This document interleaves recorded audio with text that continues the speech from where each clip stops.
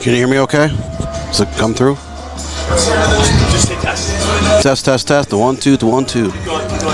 Alrighty then. Test 1, 2. You hear me?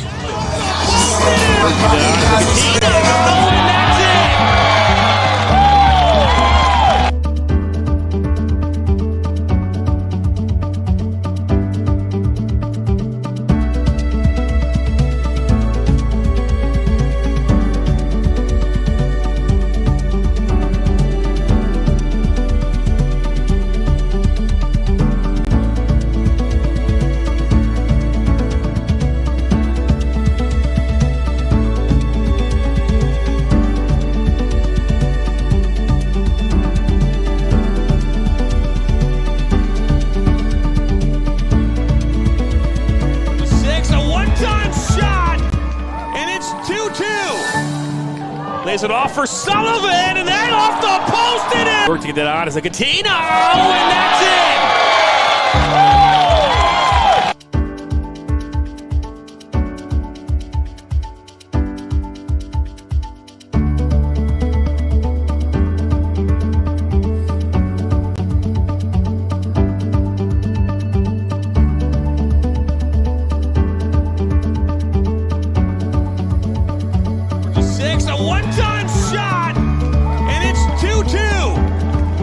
Lays it off for Sullivan, and then off the post it is!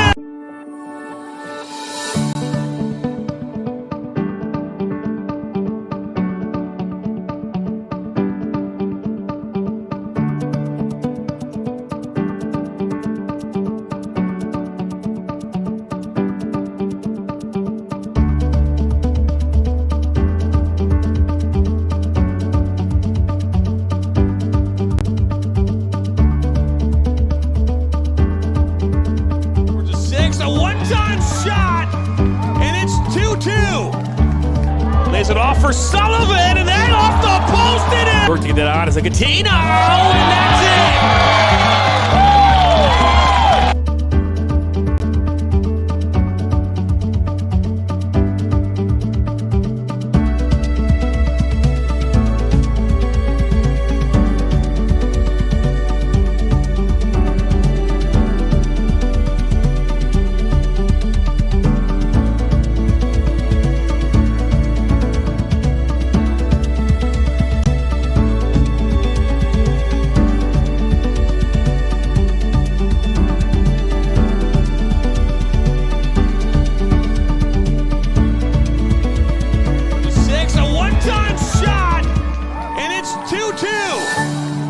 Lays it off for Sullivan, and then off the post it is! Work to get that out as a Catino, and that's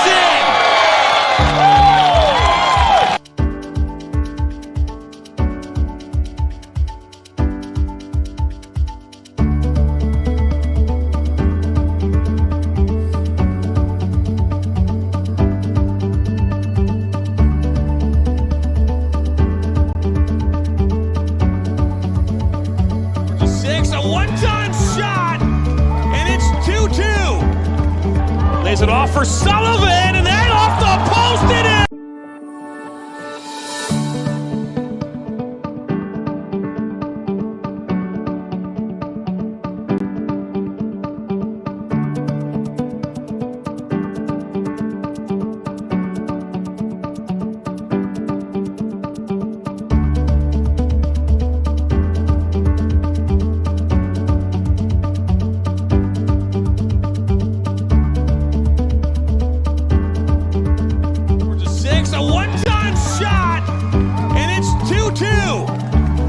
Lays it off for Sullivan, and then off the post it is! Work to get that out as a Catino, and that's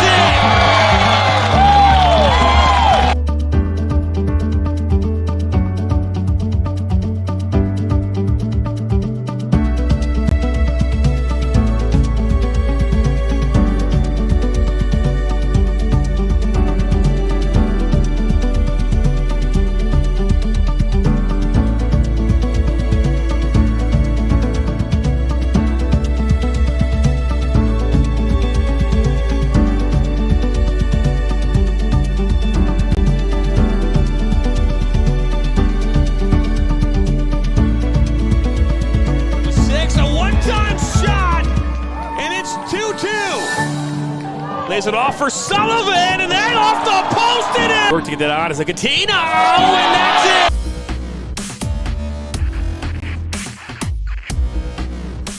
Are you looking to play at the next level? MSN is now offering player recruitment videos. We are excited to partner with you and your family in getting you to the next level. To learn more about our packages and what we offer, head over to the MichiganSoccerNetwork.com. Remember, your journey starts with a click.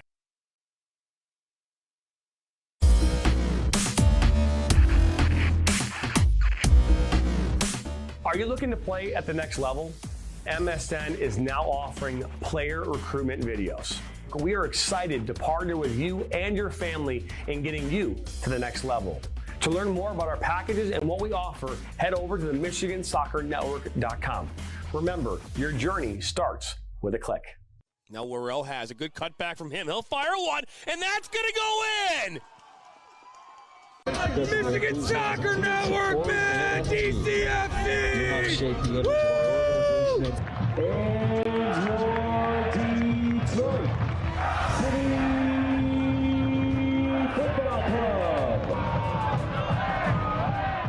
The sights, the sounds of historic Keyworth Stadium. There's nothing quite like it. Each week, Jonathan Turner and Neil Rule will break down the most recent Detroit City FC USL Championship match, taking a look at the Eastern Conference standings, looking ahead to their upcoming match, and much more. Watch the Detroit City FC recap show each week on the Michigan Soccer Network.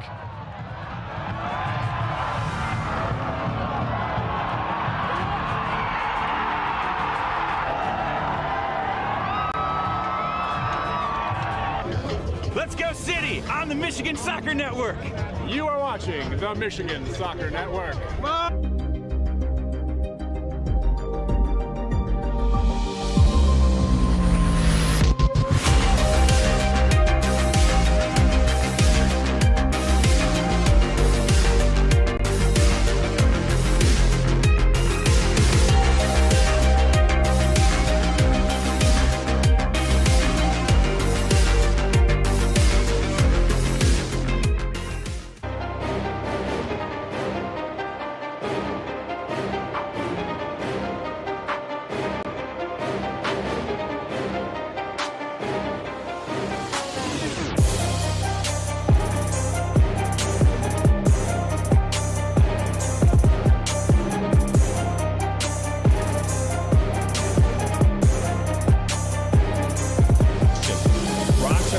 Northwestern is up from 12, now at 10.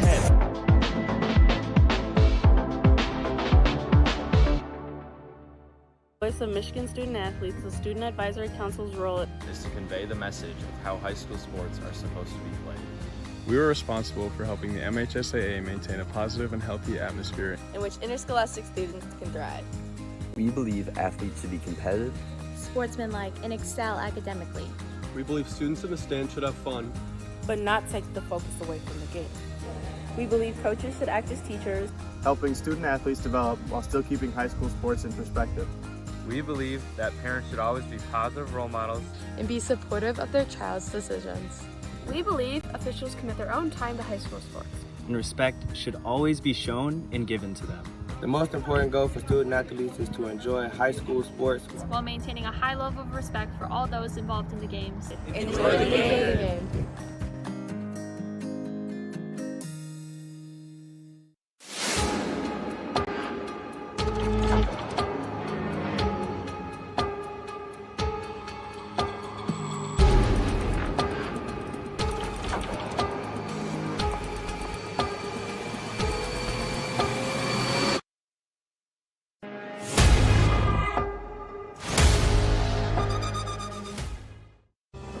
Are you looking to take your game to the next level?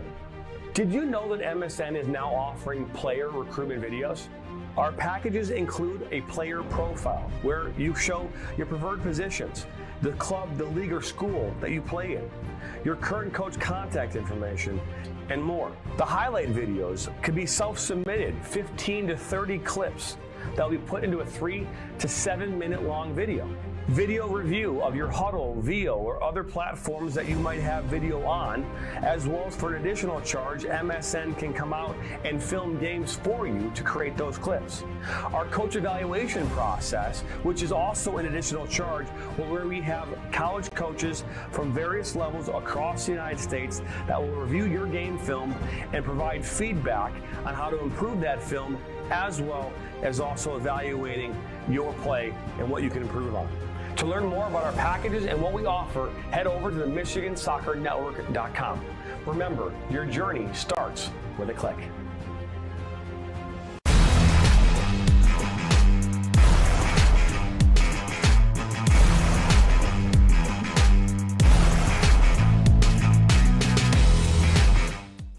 Our mission is to help players take their game to the next level and reach their potential. Not only do we help develop fundamental technical skills such as ball control in tight spaces with different surfaces, dribbling at speed and changing direction, using a variety of 1v1 skills to create space, receiving on a half turn, hook turn, and out of the air, finishing off the dribbling, one-touch, volleys, and headers.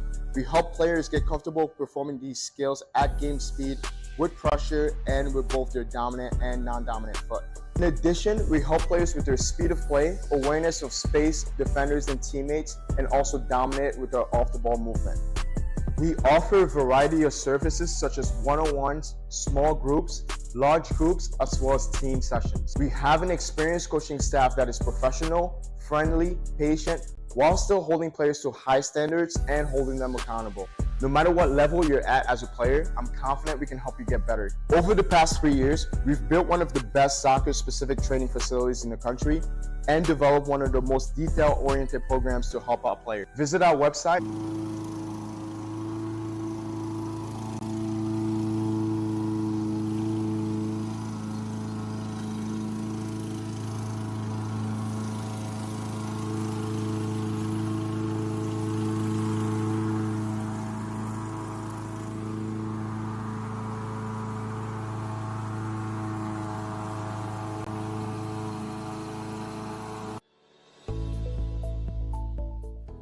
Granite City Food and Brewery has 2 Michigan locations in Troy and Northville.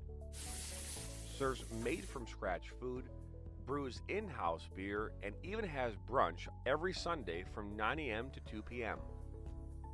To learn more about their daily specials or to book a private party, visit gcfb.com. Make sure you head over to Granite City in Northville at the corner of 7 Mile and Haggerty, or the Troy location at 16 Mile and I-75.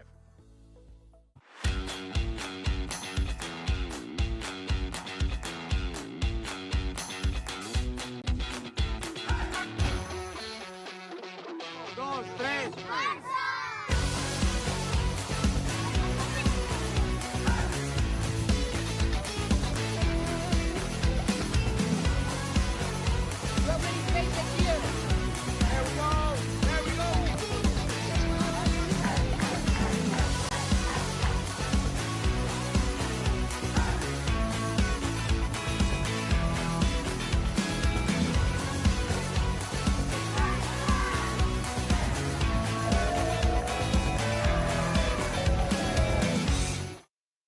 I'm a husband. I'm a father. I'm a sister. I'm a son. I'm a brother. I'm a daughter. I'm a sister. I'm a referee. I'm a referee. I am a referee. I'm a referee.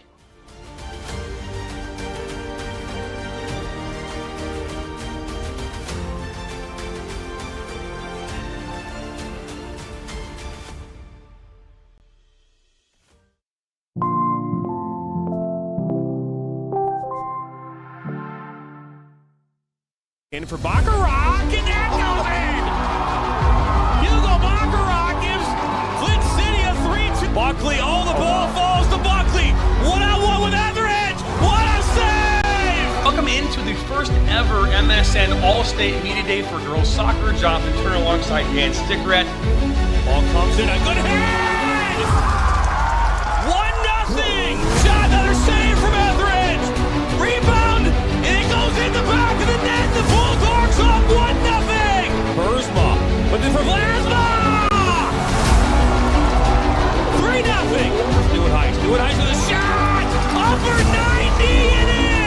Effectively today here on the Michigan Soccer Network, we are launching our new division of player recruitment videos. Mario Canoe now finds Stock.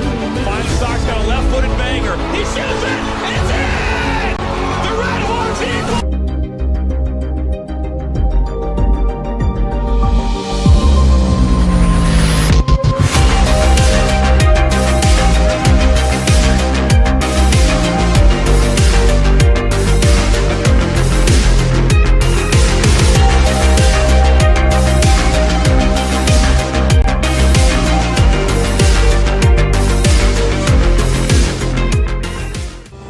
Are you looking to take your game to the next level? Did you know that MSN is now offering player recruitment videos?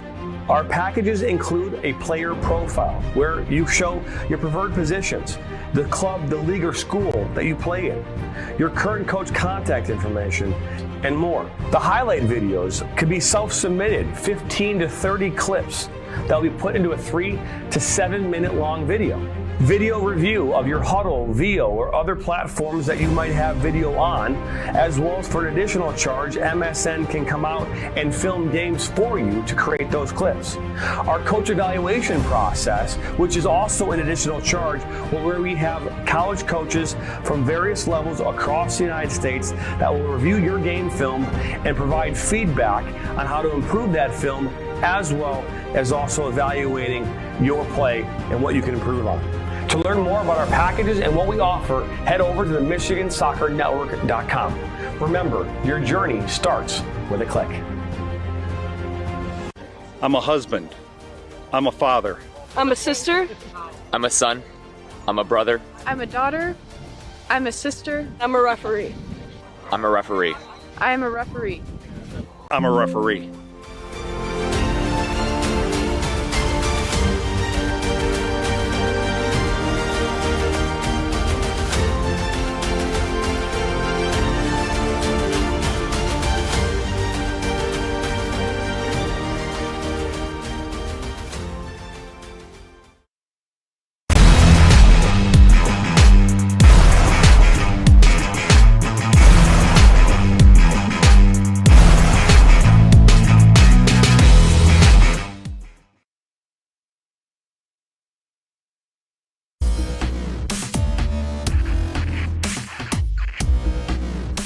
Are you looking to play at the next level? MSN is now offering player recruitment videos.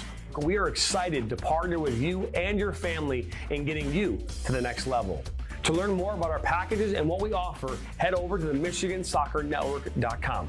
Remember, your journey starts with a click.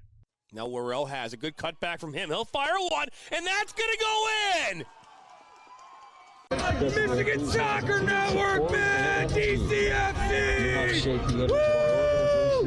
In for Baccarat, and that goes in!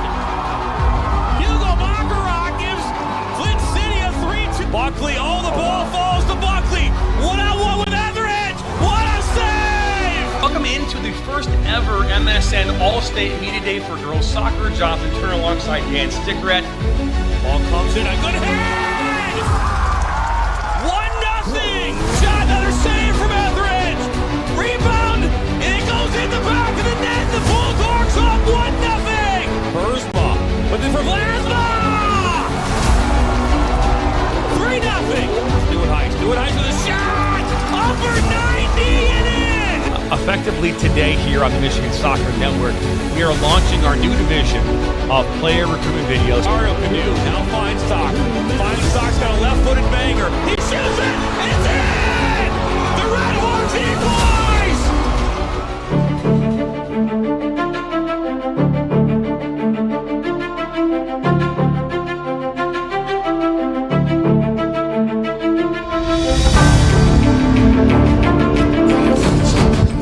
Hello, everybody, and welcome into Swinehart Field in Utica, Michigan for tonight's season finale of Union FC MACOMB. Their first season in USL League 2. They're 4-9, and they're taking on Oakland County FC, who's 4-7-1. Alongside my broadcast partner, Dan Stickrat, I'm Jonathan Turner. Excited to have you along here tonight. We're live from Swinehart Field here in Utica. Exciting times here as this past Wednesday, Union FC MACOMB in their first season handed Flint City Bucks their first loss of the year. here. They had 2 great goals by Jeremy Sharp, both coming on 19-yard free kicks just outside the box. And for the final 65 to 70 minutes, they withstood constant pressure by Flint City, who struggled to put shots on target. Jonathan, they had like 22 shots, I believe, and only 5 on target. Michael Sly only allowed 1 goal in, and that was just before stoppage time began, and they held on for that 3-1 victory. So you can see UNSC MACOMB, how far they come this year. You can see how far Oakland County SC has come, as they tied the Bucks 1-1 last weekend. So you've seen the growth of these teams over the course of 2 months. The season will end for these 2 sides this weekend. Flint City Bucks and Midwest United will continue next weekend in the Central Conference playoffs. But it's been an exciting season thus far in the USL League 2 here in the Great Lakes Division. A lot of competitive soccer over the last couple of months. That it has been a beautiful day here in Utica, Michigan. It is a nice, beautiful 82 degrees. A little bit of rain this morning coming through the area, but no rain in the forecast here. Tonight it is Michigan, so anything can happen, so we'll keep our heads up for that. But let's take a look here at the visitors in Oakland County FC. They're coached by Steve Walker, and again, they are looking at the visiting team. There we go. Put it up. That's Union FC. Apologize.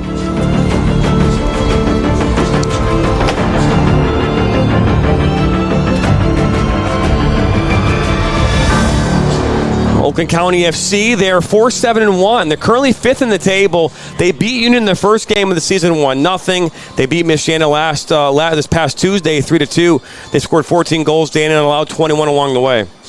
So they've been a little bit inconsistent, but they have played better here as of late, going 1-1 in the past week. And again, UNSC MACOMB off that big win over the Flint City Bucks. So the conference has not been decided 1st through 8th.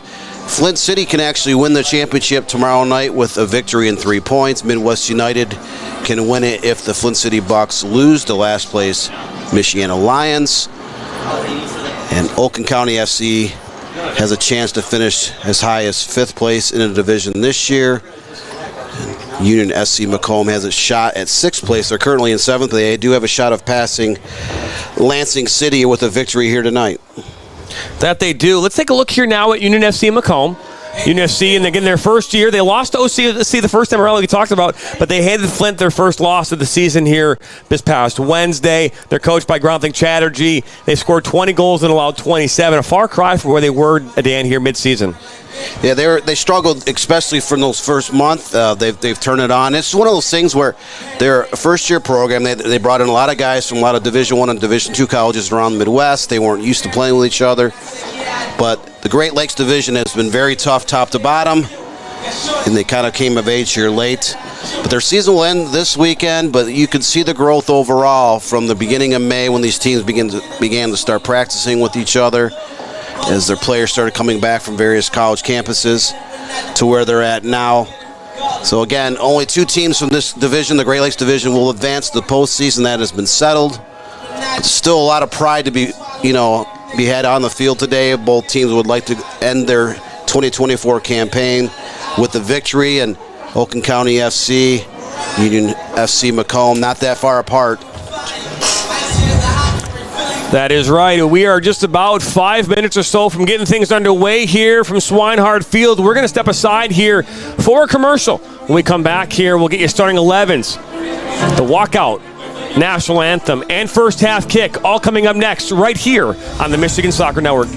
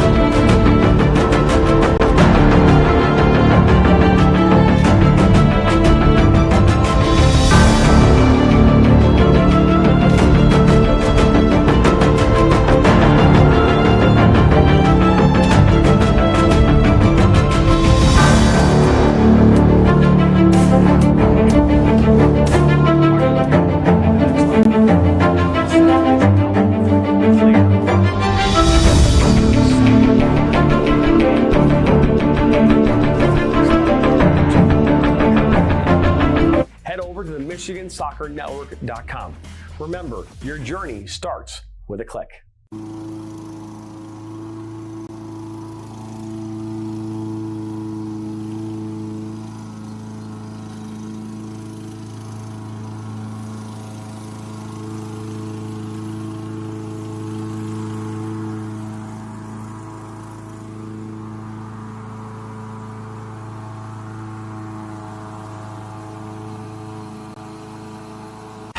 What rhymes with great?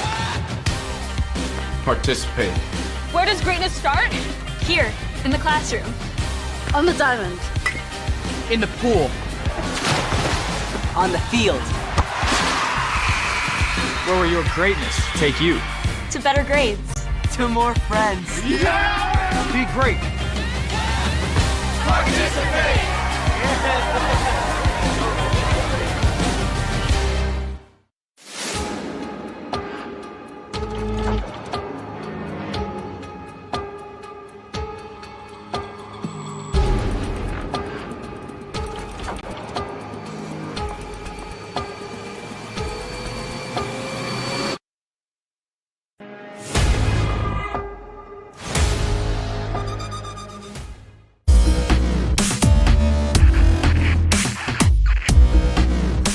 Are you looking to play at the next level? MSN is now offering player recruitment videos. We are excited to partner with you and your family in getting you to the next level. To learn more about our packages and what we offer, head over to the MichiganSoccerNetwork.com. Remember, your journey starts with a click. Our mission is to help players take their game to the next level and reach their potential. Not only do we help develop fundamental technical skills such as ball control in tight spaces with different surfaces, dribbling at speed and changing direction, using a variety of 1v1 skills to create space, receiving on a half turn, hook turn, and out of the air, finishing off the dribbling, one-touch, volleys, and headers. We help players get comfortable performing these skills at game speed with pressure and with both their dominant and non-dominant foot. In addition, we help players with their speed of play, awareness of space, defenders and teammates, and also dominate with their off-the-ball movement.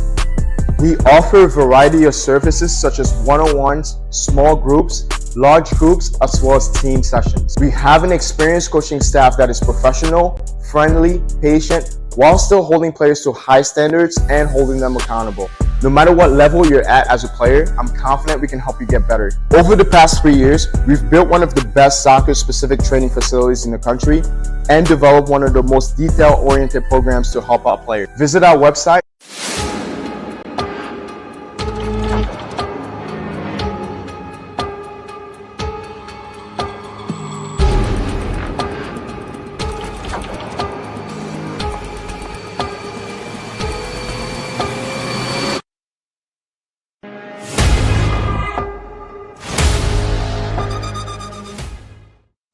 Michigan Soccer Network, man! DCFC!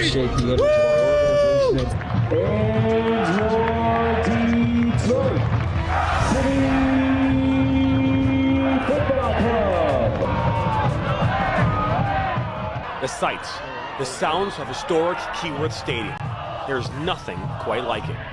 Each week, Jonathan Turner and Neil Rule will break down the most recent Detroit City FC USL Championship match, taking a look at the Eastern Conference standings, looking ahead to their upcoming match, and much more. Watch the Detroit City FC recap show each week on the Michigan Soccer Network.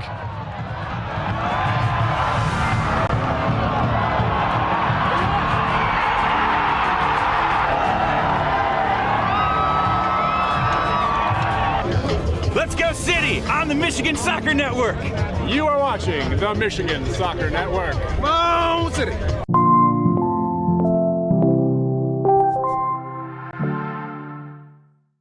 Now Worrell has a good cutback from him. He'll fire one, and that's going to go in!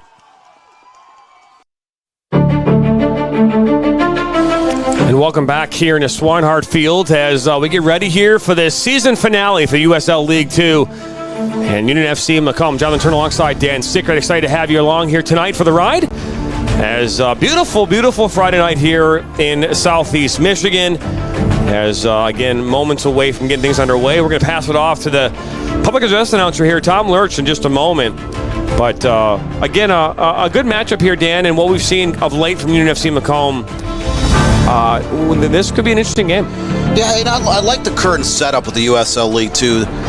You have 18 divisions spread over 4 conferences. You have a record 128 teams. And what that has allowed is the Great Lakes Division has 8 teams, and 7 are from Michigan. So we have a lot of great rivalries being formed here as we get set.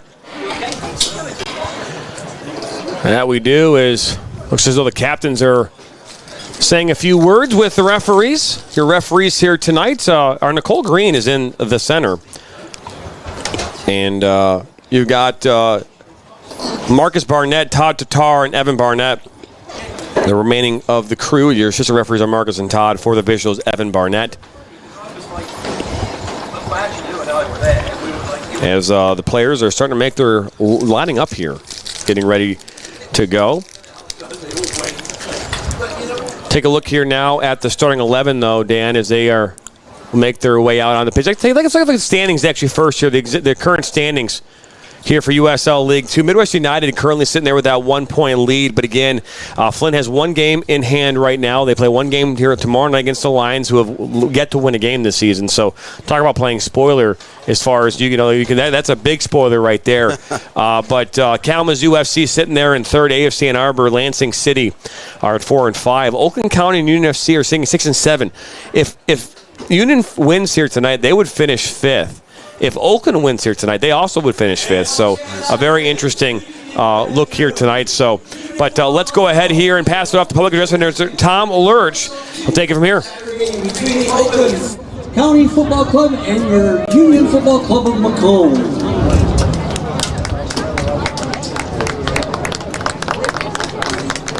And at this time now, we'd like to introduce all our referees as well as both starting lineups. Here in the center tonight, we got the center ref is Nicole Green. On the sides, we got Marcus Barnett.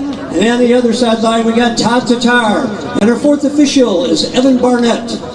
And now for the starting lineups for the Oakland Football Club. First up, number 1, Robert July.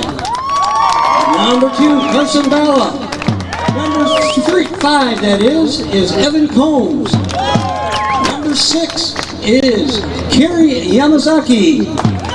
Number 7 is June Makuka. Number 8 is Gabriel Jokai. Number 10, Rocco Gelati. Number 12, Colin Urs. Number 13, Janzino Ogarno. And number 14 is Alexander Markowski.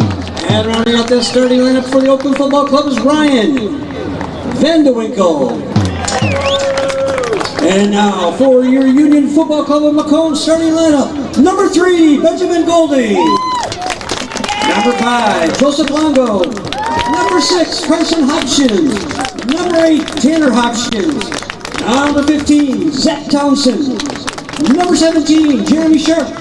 Number 18, Mateo Phillips. Number 19, Kyle Schuneman. Number 20, Dimitri Palakis. Number 31, Cullen McNeil. And number 32, Jordan Klein, rounding out that starting lineup.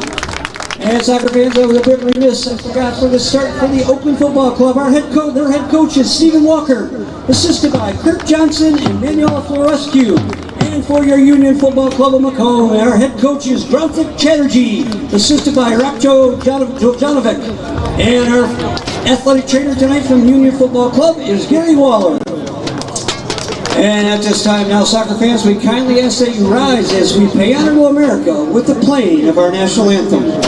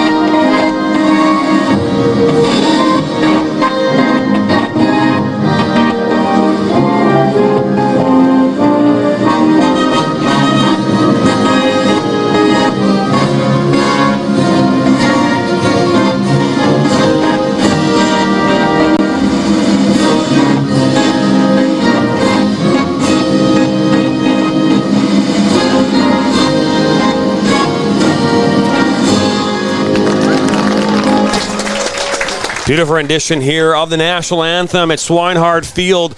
We're just moments away from getting things underway. Let's take a look here at the starting 11s here for both sides. You've got July in goal here once again for Oakland County FC. Carson Bala, Evan Combs, Kai Yamazaki. You've got Chui Mukaka, Gabe Jokai, Rocco Galati, Colin Arce, Jason Ogaro, Alex Markovsky, and Ryan Vanderwinkle, all in the 11 here tonight. Again, coached by Steve Walker. Taking a look here now on the flip side of this, you've got Benjamin Goulding, Joseph Longo, Carson Hodgson, Tanner Hodgson, Zachary Townsend, Jeremy Sharp, Mateo Phillips, Kyle Schuneman, Dimitri Palakos, Cullen McNeil, and Jordan Klein are in the 11 here tonight for Grothing Chatterjee's Union FC MACOMB. Dan.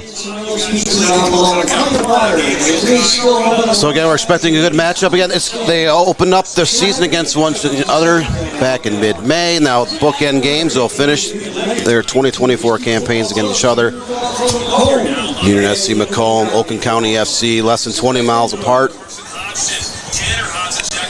We talked about just before the national anthem, some of these rivalry games are starting to build and brew between some of the teams. We have 7 of the 8 franchises in the Great Lakes Division, all from Michigan. The other one is Michiana, which is just over the border in the South Bend, Elkhart, Indiana area. So not a lot of distance between these teams, relatively speaking, when you look at now there's 128 franchises in the USL League 2 between the U.S. and Canada. So this is clearly a rivalry game. Round 2 for the 2024 season. Clearly a rivalry game, that is true, as Nicole Green will hand the ball off here to Palakos, a Rochester High School graduate. Dimitri Palakos was All-State Dream Team back in the fall of 2017. His brother was also an All-State Dream Team player at Rochester back in the fall of 2013. Both played at University of Detroit Mercy. And we are officially underway from Swinehard Field. Oakland County FC traveling here into Utica to take on Union FC MACOMB, and a quick time shot taken there by Jeremy Sharp, who had 2 goals here this past Wednesday. As we officially get underway here, action 20 seconds into the game, Dan. The shot just wide. Sharp again had those 2 great finishes against the Flint City Bucks on Wednesday down at Warrendale Cell. Teammate was fouled out just outside the box, straight on from 19 yards out. He bent that around the right wall to the right post, and then 12 minutes later, able to convert in a similar spot from 19 yards out. Bent that over the wall, just below the upper 90 on the left side. So 2 great strikes here just 4 days ago, or 3 days ago. This Townsend will play the ball into Longo. Now played back here into the back line of Union FC MACOMB. That's number 18, Mateo Phillips, as that's played up by McNeil. We're going to go up there. That's Hodgson, who is looking to get that ball just on that far side, and it'll make its way out. First time stopping by, hit that subscribe button, like us, and share this with your friends and family. Right now live on YouTube and Sports Engine Play. Our 3rd game here of the week. We've got a 4th one tomorrow night. Flint City FC taking on Michiana Lions. That game kicks off at 7:30 p.m. tomorrow night right here on YouTube. Now July, he'll play this up over midfield.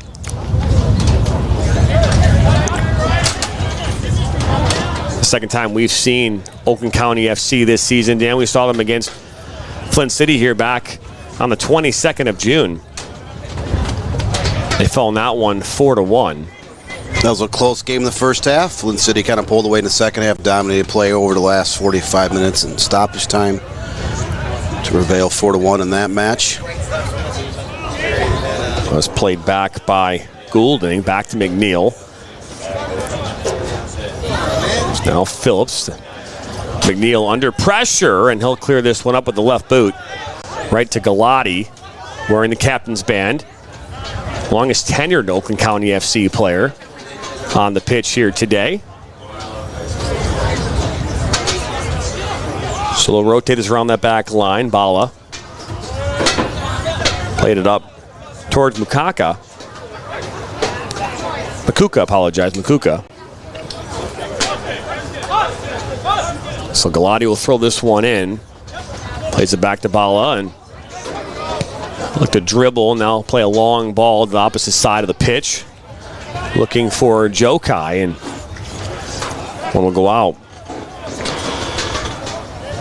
Good crowd here on hand tonight for the season finale. Opening season here for the USL League 2 Union FC MACOMB. And again, from where they started this season, Dan, I think they went to 0-6 to start the season. Their first win coming back in the middle of June against Michiana Lions came in the death. They scored in stoppage time off a header. I believe it was Zach Townsend that put the one in the back of the net on the road. And then they came back and played Midwest United in the very next game. We covered that game right here at Swinehart. There's Markovsky on that far side of the pitch.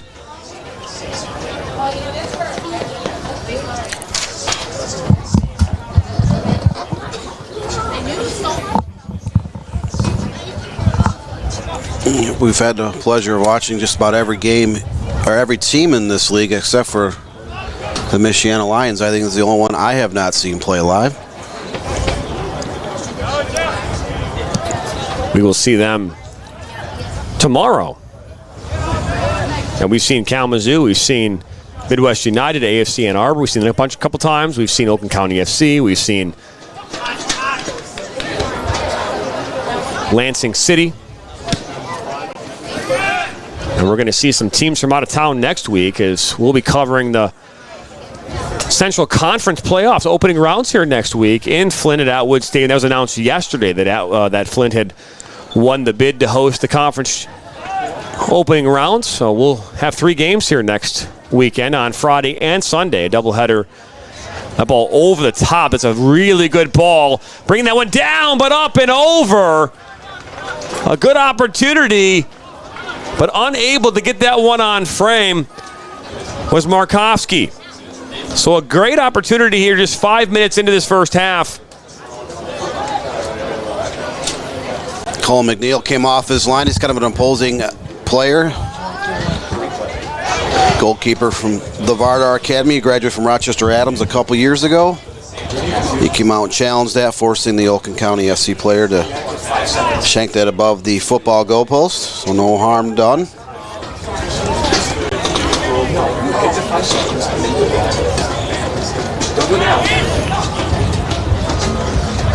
So yes, we will be in Flint at Atwood Stadium next Friday and Sunday. So Flint City Bucks, Midwest United, a pair of Michigan teams, won't have to travel far. Schooneman now into the 18. He's got a little fight there with Galati. The ball now will deflect out. Last touched off Oakland County and out for the first corner here of the night.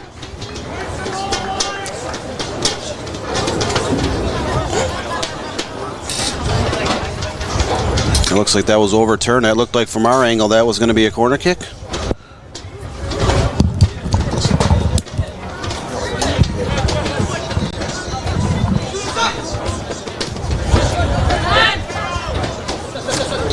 All given away. One back there, at least for the time being, was Phillips. A foul called.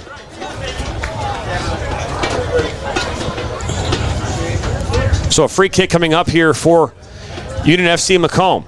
Phillips looks to play this over the top. It's headed to Galati. He'll play it back.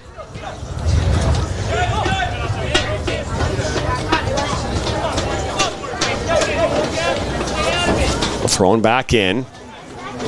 Into Hodgson, and that one's last touch off Galati. Random Aussie has hopped in the comments. What up, Kangaroo friends? This is Random Aussie from Australia. As Hodgson, that's Tanner, loses the ball. It comes in Carson, and that's going to be a foul. So Nicole Green will come over and say a few words there, probably to Mr. Hodgson. Galati's slow to get up. Galato's had a promising career here the last several years.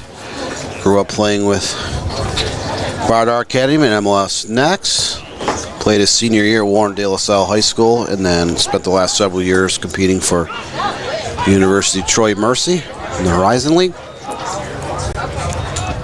The ball played into the middle of the park.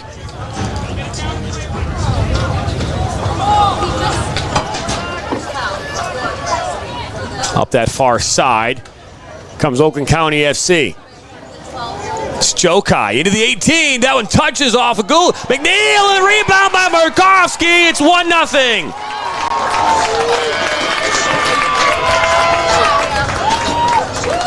So Alex Markovsky opens the scoring here in the 9th minute. It's 1-0.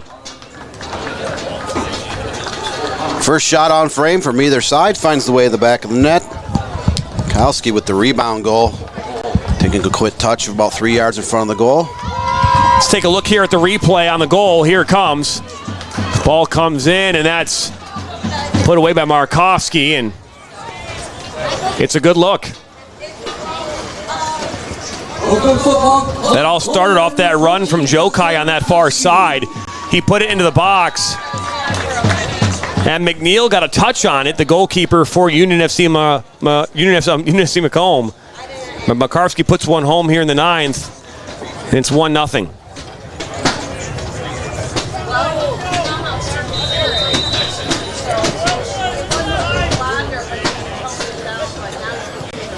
Nice initial effort by Jokai, taking that shot. McNeil was able to punch that down, but Markowski was in open space there in the middle of the box to slide it home. So unlike Wednesday night, where Union FC MACOMB had that 2-0 advantage on Flint City Bucks in the first half on a pair of free kick goals, they find themselves down 1-0 early here in this match. This season finale for both teams here in the USL League 2.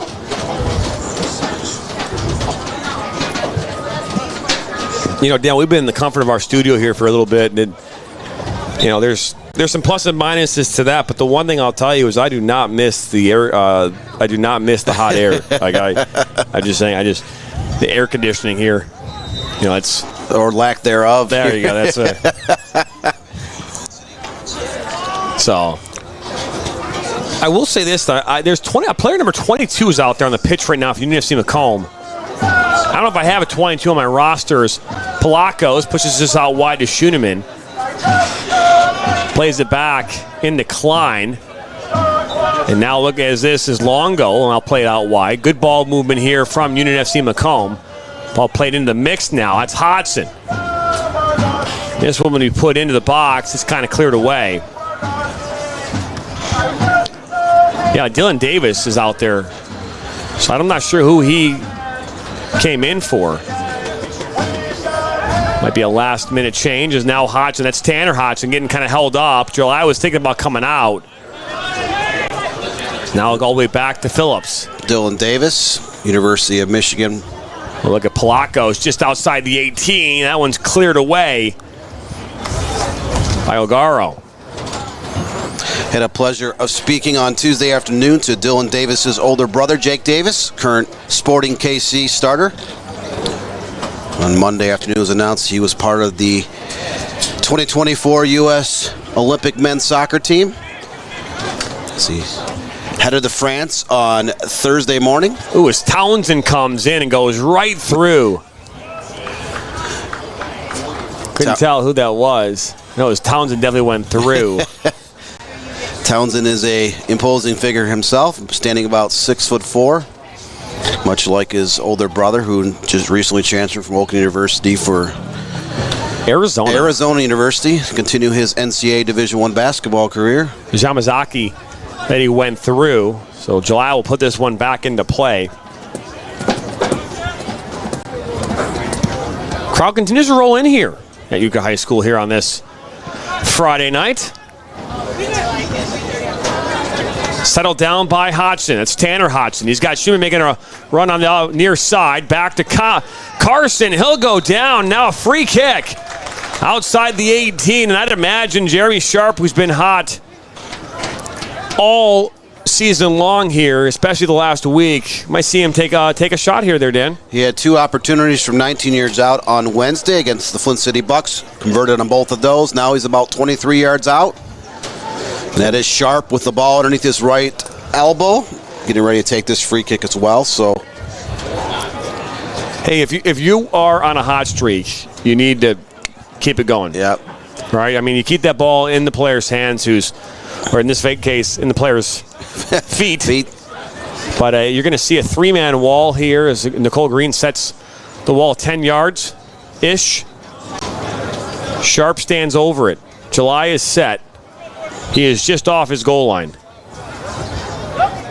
Sharp will take a shot through the wall and deflects through traffic out for a corner. Take a look here at this replay as it comes through. You're going to see it kind of deflects through traffic there. Sharp was trying to bend that around the wall. Not quite, but they did earn a corner kick off that. So first one of the match coming up for Union SC MACOMB. Here comes the ball off the corner. That was not far enough as it now makes its way back out wide. Be put back in. It's a good deflection. Well, that one last touched off Hodgson and out for a goal kick. So 15th minute. Both teams have had 2 shots overall. But Oakland County FC has the only shot on frame, which resulted in the goal by Markowski. That came in the 9th minute. Yes, Union SC MACOMB unsuccessful on that free kick and ensuing corner kick. Unable to net an equalizer. Oakland County regains its possession. But Dan, it was scored in 8 minutes and 24-second yes. mark. It wasn't. No. So the question: why do we say it's the 9th minute? Why do we say that? Any do you want to know why? Do you know why? It's the way the FIFA rules apply, I guess. It's because it's so hard, again, because goals can come in at any time during a match, but it's so much easier to say instead of 8 minutes and 24 seconds, they can say, hey, it happened in the 9th minute. It just makes things easier. It happened 9 minutes. Hey, if a goal scored under, a minute in a game, it's still the first minute. It just makes it easier. That's my definition. It might be way more complicated than that, but that's my definition, Dan. Okay, we'll run with that as well. Foul against Oakland County FC, so the 4th set piece coming up. So Townsend will get this at his feet. He'll play it in to Longo. Looking for Palakos as ambulance is rolling through here. Not into our stadium, and a fire truck as well. So busy Friday night here in Utica. We were here a couple years ago, Dan, during our first kind of years of doing this. And there was a gentleman off there in the distance that had like a bonfire going on. Big fire right there off the pitch over there beyond the fence. No fire as of yet tonight. Maybe we'll see one. This ball played here to this near side to Shinneman. Scalati there defensively as well as Mukaka. Now work this through that back line. Schooling. Almost dispossessed. Now they are. As now Hodgson will try and track it down.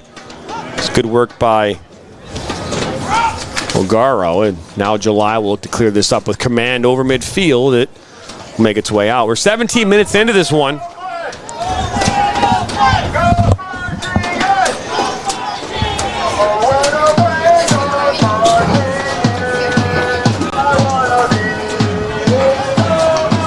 So it looks as though the Oakland County FC faithful are here, starting to show themselves here in the 17th minute.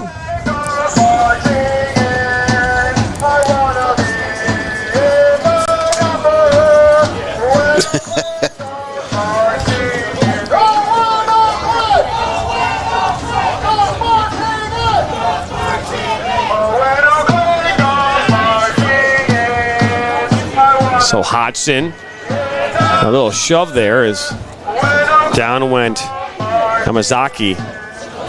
Foul called.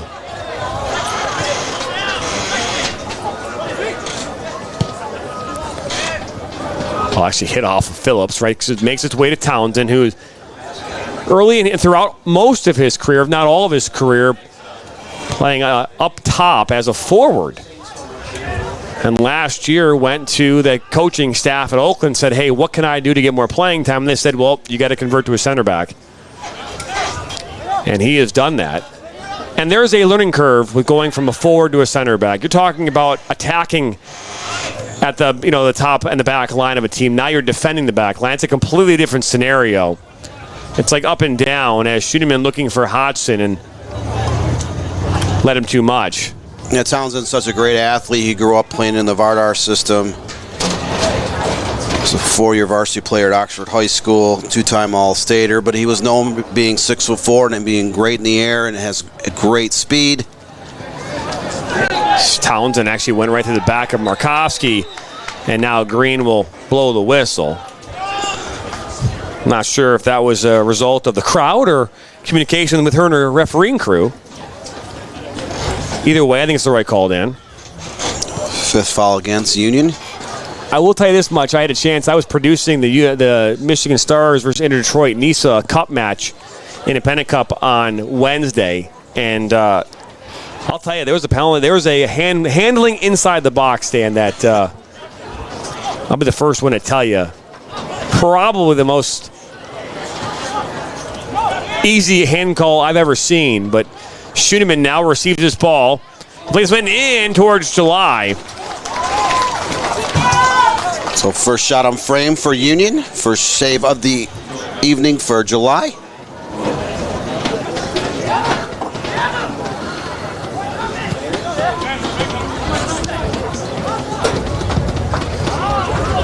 And I believe Inter-Detroit pulled rank in that Independent Cup here the other day. I think you're right. Upsetting the Michigan Stars, who compete in NISA on the soccer pyramid. Dan, we actually have the replay. We'll actually play it here in a second, but we actually have the replay of the handling. We'll play it here at the next stoppage so those of you at home can see it. It was, and again, I'm not a picking on the referee. I'm just saying that I can't think of a time where a handling was like that obvious inside the 18, and it was not called. Now, granted, I know they've made a change in how they're looking at handling, and there's been some new discussion about that as the ball actually hits off the face, I believe, there of Jokai. It's now Makuka. Galati. Good work up this near side. That's Schuneman. I'm sorry, it's Phillips. He'll go down hard, and Nicole Green will blow the whistle. Just got to take a look at this. Here it is, Dan. This is the Hexel handling. I mean, that is at least from my perspective, that is as clear of a handling as you can see. We'll show it back to you here in a second, but it is very interesting to see. We're back underway here, but just the way the hand came up. I'm just curious for those of you at home who just had a chance to see the replay. It's a very interesting one, Dan, to say the least, where you go up for the head, you don't hit it, and it hits your hand, hits your arm. But either way, I've over the last month and a half, I've seen 4 or 5 penalties called where I'm not sure I was watching the same game as the official. But nevertheless, I mean, from my angle, it looked like it hit off his forearm. It looked like I hit a brushed off his head, but it's an unnatural playing position. His hand was way up there. But again, that's my perspective. And we had a chance to call a UPSL National Round of 32 match last weekend, where Detroit United beat Round Lake, Illinois Evolution 5-3. Evolution scored its 3rd goal off a penalty kick, and there was no body contact. Complete and total acting job. And ball played into Hodgson. No, like a one-touch. Palakos. It's right at July. Second save of the night for July. With one actually last touched off of Goulding. And there's a whistle. Here's a look at the shot again here. The replay from Palakos right into the hands of July. We're back underway here. Markovsky out to Jokai and cleared away by Goulding. So 23rd minute, Oakland County FC leads 1-0. Their only shot on frame resulted in a goal in the 9th minute. And that's where we stand with Oakland County FC up 1-0 over homestanding Unit FC MACOMB. Final game of the USL League 2 Great Lakes Division. So Jokai is slow to get up, by the way. For both teams. It looks like it is Jokai down there in the northeast corner of the stadium. Still rolling around, wreathing in pain, so they have called the trainer out to the field. So here is, we'll take a look at this replay. Here it is again, Dan. And soccer fans, as their teams are taking a hydration break. I mean, again, I have never seen, and we'll replay that again. The ball hits the arm and it rolls up the arm and it completely changes direction. And also Circus Pizza tonight's offering free. Oh, I know, and players who wore their national. Take a look here at the Jokai is still feeling the pain, but here it is again, Dan. I'll slow it down completely. Look how slow this is. I mean, that is as I look at that play and go, I've yet to see, a handball that looked as clean as that one where it wasn't called. But to each their own. And again, that was in a game earlier this week with Inter Detroit and the Michigan Stars. We actually have the goal that was scored in that game as well. We'll put that up on your screen too. That's the beauty of replay, Dan. I can just pull it from wherever I want to. Here it is. Goal that was scored. We have it in obviously in ultra slow-mo right now, but also, side note, they do have the speed it up here a little bit. Ball comes in and goes into the back of the net. That was a lone goal in that one. We have copies available of the 2 set pieces on Wednesday by Jeremy Sharp here of Unit FC MACOMB. We do not, because I did not have replay of that one. So because we did not record it in this system. So, but we can, and I don't know if we did the highlight video yet either. So I think maybe we did it, but I don't do the highlights anymore, Dan. So it's all done by our editing team, which is fantastic. As we got a clear look there at Jokai being looked at, looking like maybe his ankle is being looked at. So we are here in the 26th minute. You're watching USL League 2 Great Lakes Division season finale. Union FC MACOMB as they're taking on Oakland County FC. It's 1-0 off a 9th minute goal from Alex Markowski. It's a broken up play defensively, and goalkeeper and Colin McNeil had a chance to get touch on it, and then it went right back into the box and finished by McNeil. Soccer teams, and the vision of the Union Football Club is to be the premier symbol of soccer excellence in Michigan, committed to empowering players to chase and achieve their soccer. And actually, he'll take a look here at that replay right now. Again, didn't really get cleared away there by Phillips and put away by Markowski. Connections essential for community unity, contribution, and resilience. We wholeheartedly embrace the transfer. Too far back there, my bad. Again, there it is. That's a finish. And then here's Sharp. He put it through traffic, and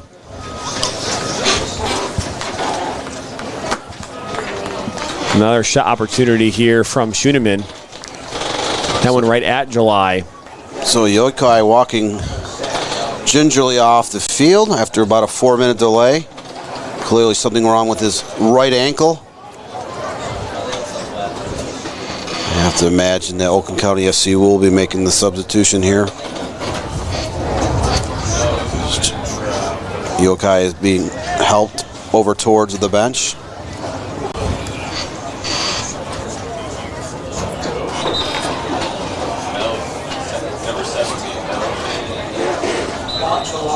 So we are officially back underway. We don't know if there's going to be a change. I think we're going to see one.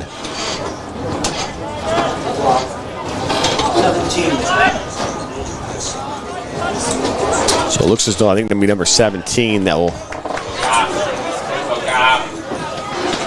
pull up this near side. Schoenemann. Ball played to the top of the 18, and that's one up and over. That was Tanner Hodgett on the shot over. And now for local. As Union now has a 5-2 shots advantage. 2-1 on frame and 1-0 on corner kicks, but Oakland County SC converting their only shot on frame during this game. Back in the 9th minute to take that 1-0 advantage.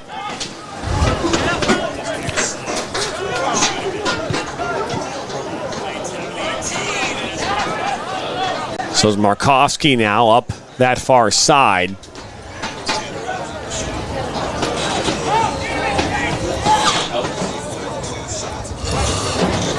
So is this ball, I believe it was number 17 that came in. I'm not sure if that's true or not. We're going to find out. I don't know if I have a 17 on my roster. I don't. I have an 18.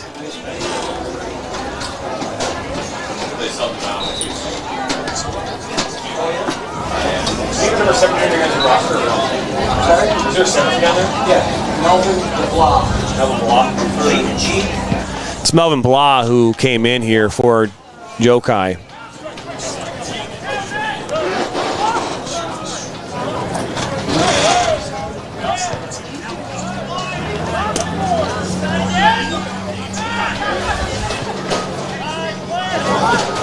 Yeah, Melvin Blah.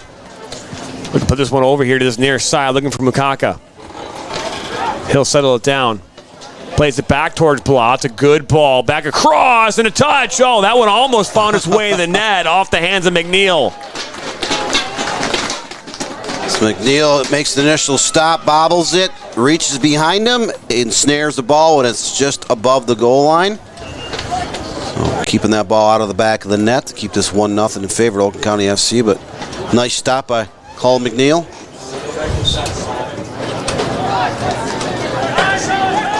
Ball settled down.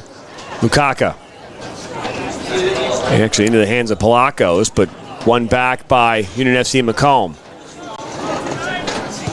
Ball played up, looking for Schoenemann. There's just too much pace. Kyle Schoenemann grew up just a few miles to the north. Played a couple years at Utica Eisenhower back in his prep days before finishing up with Vardar Academy and the MLS Next circles.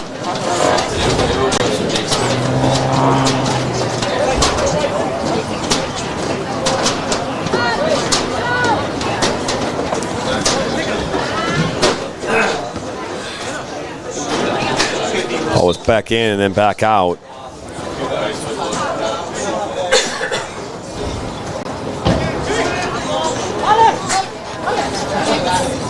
So headed down by Townsend, and now Klein. Play it back to Townsend. I got a text message here just a few moments ago, and the way it's read, it says, it is not considered a handball if a player heads or kicks the ball and then hits their hand or arm unless the ball goes directly into the opponent's goal. That's got to be new. And I say new, like new in the last like 6 months, new, Dan. Because how many times have we seen a player have their hand up, it hits off their head and goes into their arm? And because their hand was in an unnatural position, they've called a penalty. And you were a game official for 20 years. You coached several years at the high school level. You grew up as a goalkeeper at club soccer in Troy, played at Troy Athens. You've been around the game a long time. It must be some kind of a I don't remember that. I don't remember that change, but hey, I mean, you know. First corner kick of the night coming up for Oakland County FC. Looking to add to their 1-0 advantage here in the 32nd minute. Ball is put in, and it's headed away by Goulding. Right back out to Blah. Goulding there to defend. Looks to get through two defenders, does Blah. He gets held up, keeps going hard, now down by the end line. He looked to slap this across, a touch by Markovsky, and that's all, just goes wide. So McNeil got a touch on him. Markovsky had an open look. He just couldn't get a clean enough touch, and it goes wide. It's another stop by. Take a look at the replay here, Dan. Is again this ball put back in. Again, the touch there by McNeil and just wide of the goal. held up was Hodgson. Now he's taken down, and referee will call that a foul. Ballo's the one credited. Hey, I mean, I haven't refereed a game, Dan, since 2014, so I couldn't sit here and be like, yeah, I know the laws of the game like I did back then. I mean, they've changed handling quite a bit over the years. So I'm not going to argue with anything that anyone said specifically. Is up this near side comes Mukaka, and that one last touched off of Union FC MACOMB.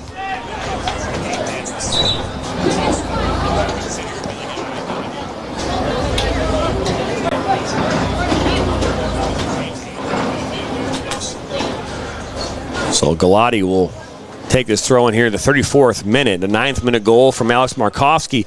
Almost had another one here a few minutes ago. Ball put back in. Played up. It went past Palakos and through Hodgson and out for another throw-in.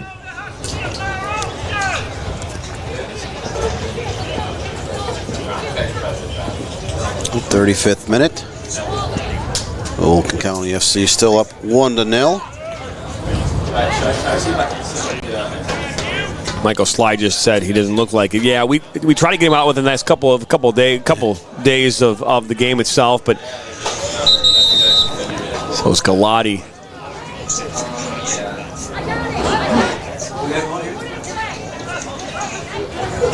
Michael Sly had a couple nice saves against Flint City the other night. His counterpart, Chip Griziak. He's a great Flint City Bucks. Also had a couple great saves in that game.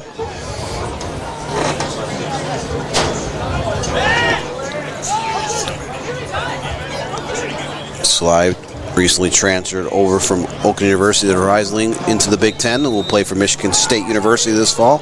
Mukaka with the left foot puts it into the middle of the park. I'll lay it back now to Yamazaki and out wide.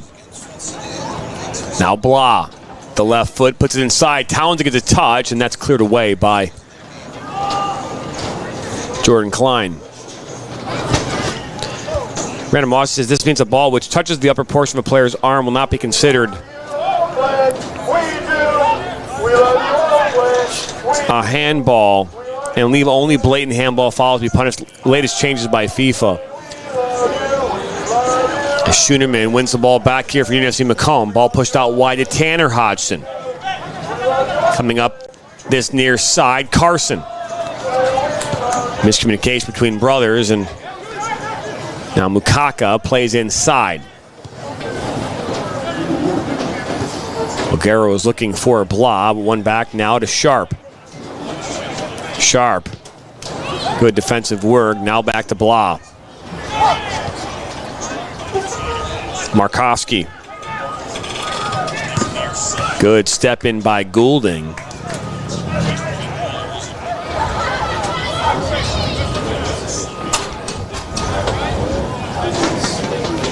Oakland County will work this around that back line.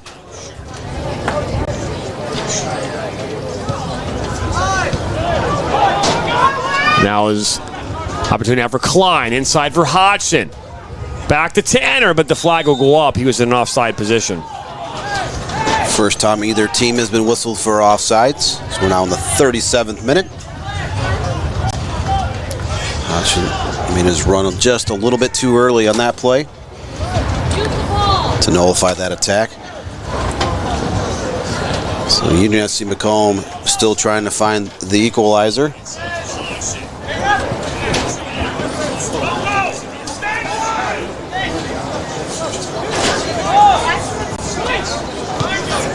See, I think that thing, Dan, too, is when it comes like offside, it comes to handling, right?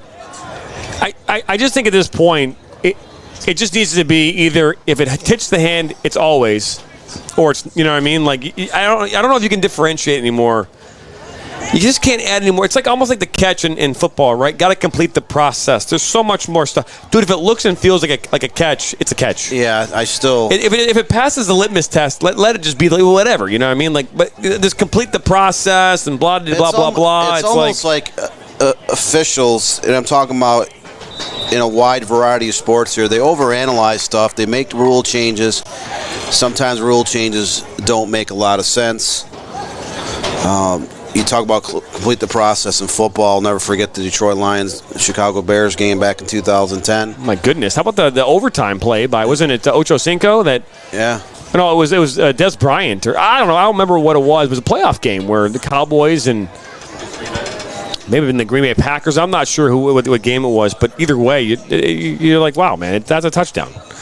And because the player took a dive after they caught the ball, it didn't make a football move or something like that. Right. It's like it's at the point of being ridiculous with the way the rules have changed, and you've seen that you see changes in all the major sports. You think of the 5 major team sports in our country: NBA, NHL.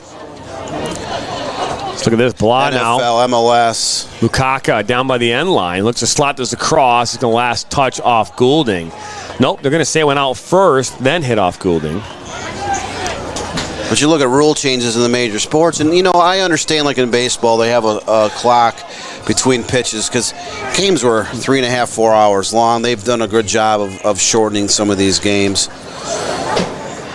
in baseball. But there's always rule changes, to me, in certain sports where I just sometimes can't grasp them. So now we've got referee being called over, I'm assuming for some misconduct from the Oakland County FC bench. So my guess is something was said there by Oakland County FC's side, and a yellow card may come out. We're going to see a yellow card coming out. Steve Walker is going to get it.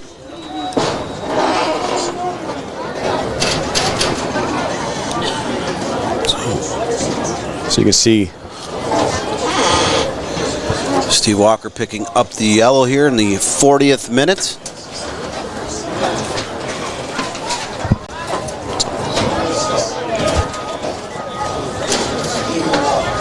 Theatrics always to occur, on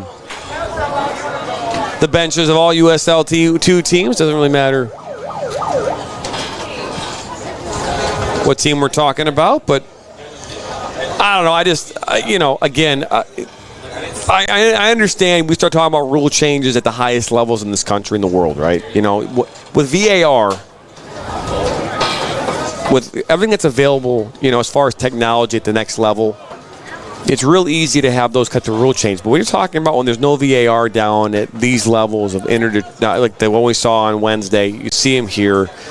There's not video replay at the referee's disposal. So, the rule change might not make sense, at that level.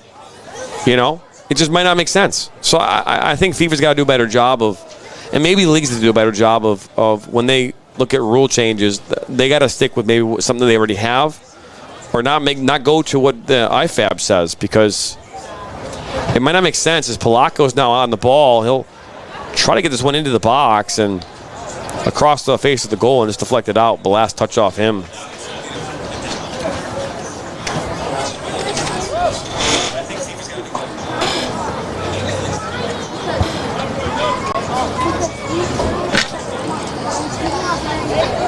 Welcome into the press box of Rochester University women's soccer coach Skip Mukhtar. Pop it in to say hi to the Michigan Soccer Network staff. Hey Dan, I got this is interesting. I don't know if anyone been following it, along with some of the normal, my family, we watch a lot of crime TV, Dan. A lot of crime TV. And anyways, there's a case going on in New Mexico with someone famous, Alec Baldwin. He was on trial for involuntary manslaughter with what happened with the gunshot that went off during a filming of a movie. The judge just dismissed the case. Yeah, I saw that just a couple hours ago on Twitter. X. Same thing. They're one and the same. Should be a yellow card, I'd imagine, but maybe not. But yeah, they dismissed the case. So very interesting. So set piece from 41 yards out coming up for Union FC MACOMB. Was now in the 43rd minute, and Union's looking for that equalizer here before the halftime break. Looks as though Goulding will take this kick. Can 41 yards from goal. Look to put this one in towards top of the 18. It's sent down and pushed out wide here to Schoenemann. Put back in towards that back post, and then Palakos gets a touch on it, but July is right there. So Union FC Macomb has 3 shots on frame, all 3 right directly at July, the goalkeeper for Oakland County. Now getting set to enter the 44th minute. Oakland County FC cleaning that 1-0 advantage on a 9th minute goal. Townsend played inside to Hodgson, and Hodgson, his legs are swept down from underneath him, and a yellow card is for sure going to come out. That's going to call an Arce.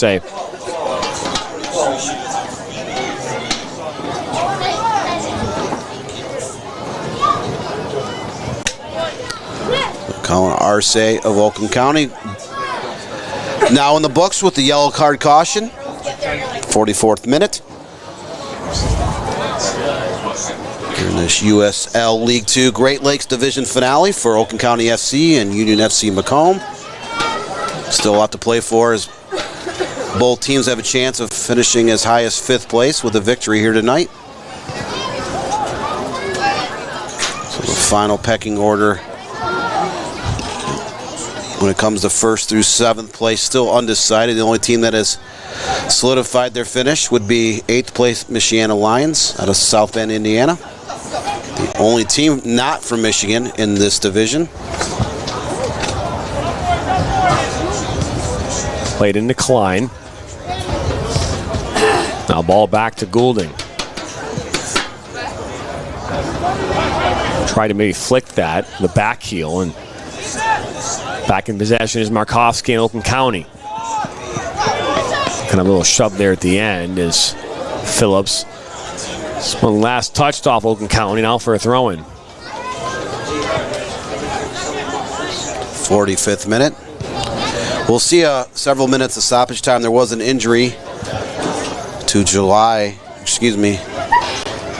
Yokai of Oakland County. He was down on the field for 4+ minutes there midway through the first half. Plus we've had 3 yellow cards and another injury and a goal, so expect to be probably 5 to 7 minute range in terms of stoppage time. They're going to say 3 minutes of added time.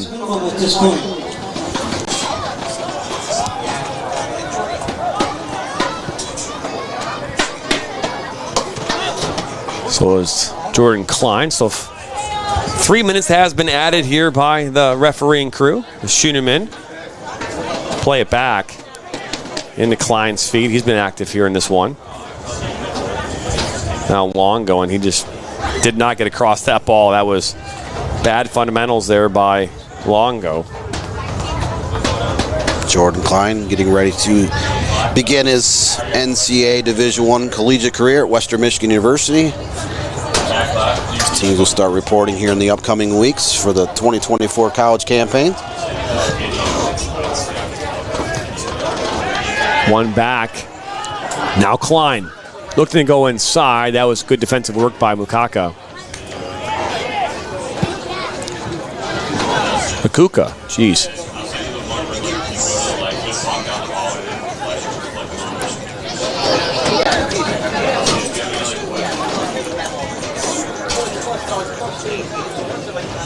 So we're in stoppage time. Union FC Macomb trying to find a way to get the ball into the box to create a late scoring chance and net an equalizer here as they trail 1-0 late here in the first half. Ball to go over the top, and Palakos is right there. Now Hodgson is now Palakos tied up.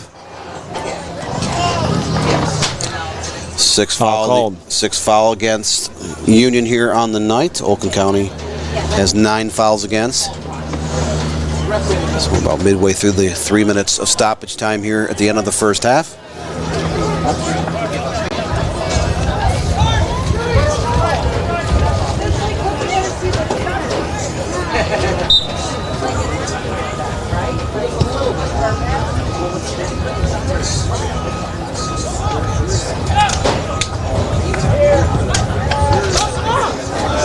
Ball clear to this near side, and Schumann tries to bring it down. Galati is there and play it back. Makuka.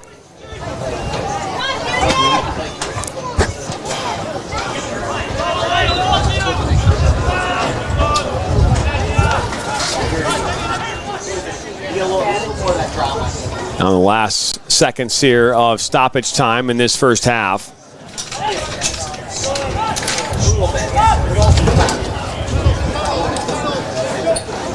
Now Phillips. Last opportunity as this ball played up, and that I'm sure will do it. Yep. That is the end of the first half, and not a bad first half, but only one goal here to show here for either team. Eden had a 6-5 shots advantage. Both teams traded off 3 shots on frame and 1 corner kick apiece. Oakland County SC has the advantage where it counts most up on the scoreboard. The 9th minute goals. We headed in the halftime. That it is some first half highlights as we end here the first half. It's 1-0, a 9th minute goal from Alex Markowski. All the difference in this one. We'll send to break here. You're watching USL League 2 action right here live on the Michigan Soccer Network. We'll be back after this.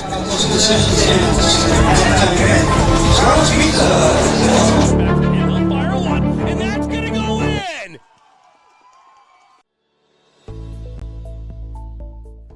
Granite City Food and Brewery has 2 Michigan locations in Troy and Northville. Serves made-from-scratch food, brews in-house beer, and even has brunch every Sunday from 9 a.m. to 2 p.m. To learn more about their daily specials or to book a private party, visit gcfb.com. Make sure you head over to Granite City in Northville at the corner of 7 Mile and Haggerty, or the Troy location at 16 Mile and I-75.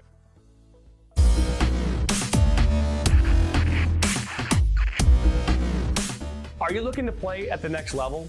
MSN is now offering player recruitment videos. We are excited to partner with you and your family in getting you to the next level. To learn more about our packages and what we offer, head over to the MichiganSoccerNetwork.com. Remember, your journey starts with a click.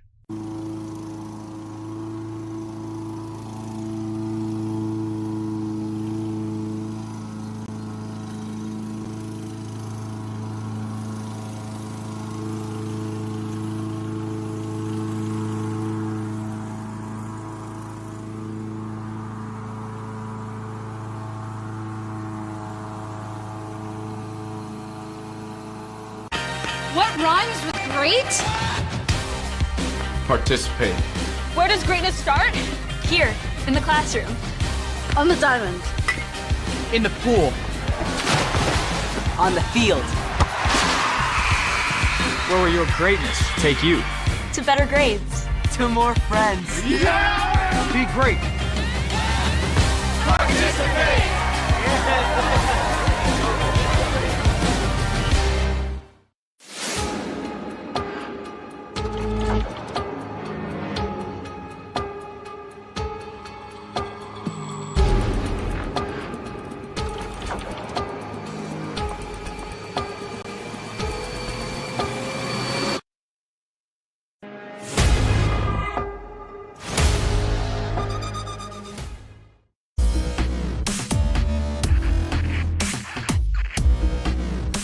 Are you looking to play at the next level? MSN is now offering player recruitment videos. We are excited to partner with you and your family in getting you to the next level. To learn more about our packages and what we offer, head over to the MichiganSoccerNetwork.com. Remember, your journey starts with a click. Now Worrell has a good cutback from him. He'll fire one, and that's going to go in! Michigan Soccer Network, man! DCFC! Woo!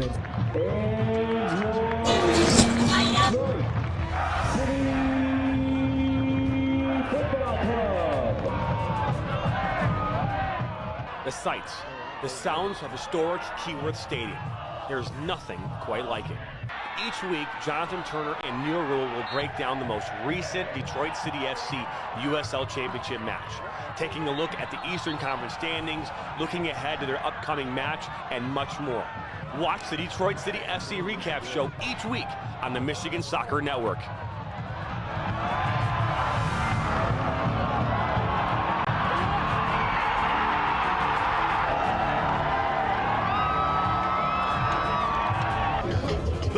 City on the Michigan Soccer Network. You are watching the Michigan Soccer Network.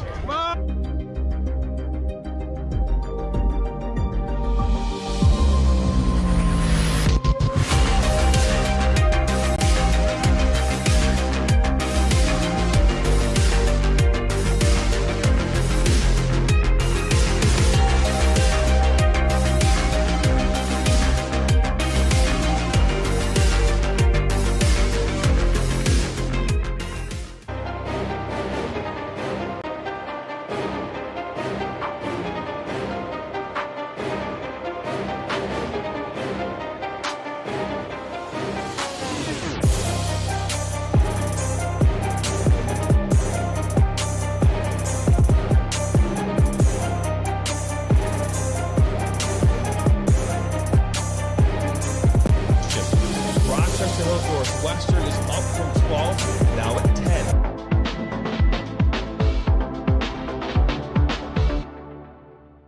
Voice of Michigan Student Athletes, the Student Advisory Council's role is to convey the message of how high school sports are supposed to be played. We were responsible for helping the MHSAA maintain a positive and healthy atmosphere in which interscholastic students can thrive. We believe athletes should be competitive, sportsmanlike, and excel academically. We believe students in the stand should have fun, but not take the focus away from the game. We believe coaches should act as teachers, helping student athletes develop while still keeping high school sports in perspective. We believe that parents should always be positive role models and be supportive of their child's decisions. We believe officials commit their own time to high school sports, and respect should always be shown and given to them. The most important goal for student athletes is to enjoy high school sports while maintaining a high level of respect for all those involved in the games. Enjoy the game.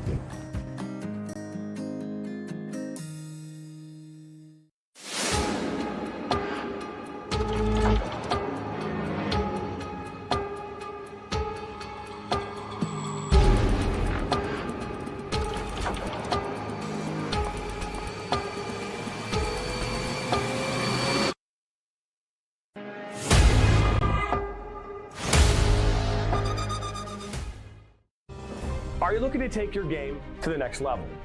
Did you know that MSN is now offering player recruitment videos? Our packages include a player profile where you show your preferred positions, the club, the league, or school that you play in, your current coach contact information, and more. The highlight videos could be self-submitted, 15 to 30 clips that will be put into a 3 to 7 minute long video. Video review of your Huddle, VO, or other platforms that you might have video on, as well as for an additional charge, MSN can come out and film games for you to create those clips. Our coach evaluation process, which is also an additional charge, where we have college coaches from various levels across the United States that will review your game film and provide feedback on how to improve that film, as well as also evaluating your play and what you can improve on. To learn more about our packages and what we offer, head over to the MichiganSoccerNetwork.com. Remember, your journey starts with a click.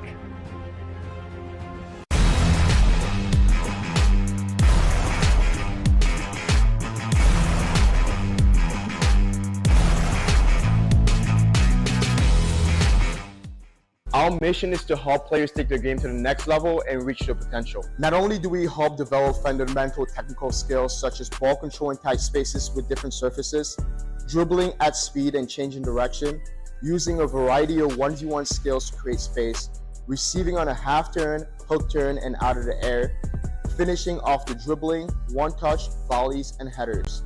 We help players get comfortable performing these skills at game speed, with pressure, and with both their dominant and non-dominant foot. In addition, we help players with their speed of play, awareness of space, defenders and teammates, and also dominate with their off-the-ball movement.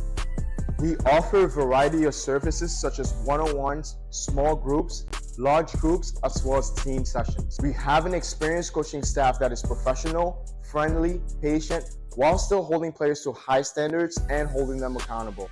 No matter what level you're at as a player, I'm confident we can help you get better. Over the past 3 years, we've built one of the best soccer-specific training facilities in the country and developed one of the most detail-oriented programs to help out players. Visit our website.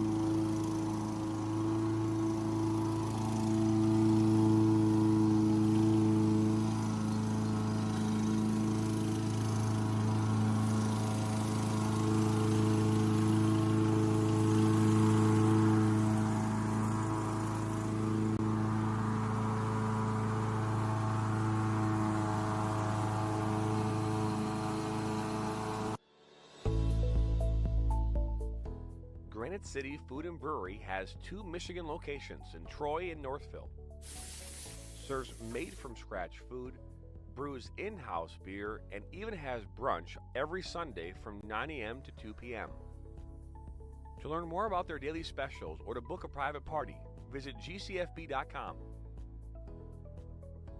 Make sure you head over to Granite City in Northville at the corner of 7 Mile and Haggerty, or the Troy location at 16 Mile and I-75.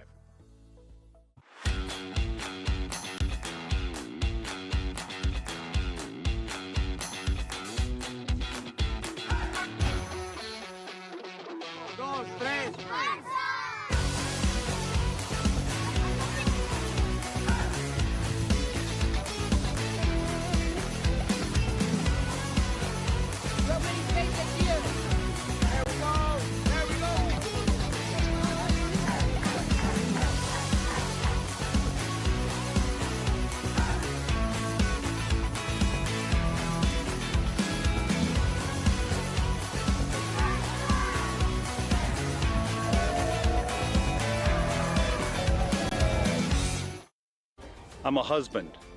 I'm a father. I'm a sister. I'm a son. I'm a brother. I'm a daughter. I'm a sister. I'm a referee. I'm a referee. I am a referee. I'm a referee.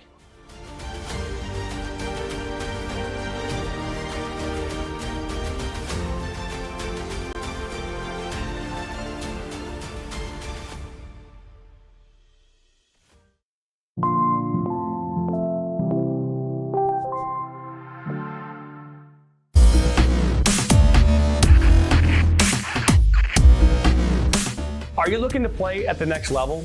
MSN is now offering player recruitment videos.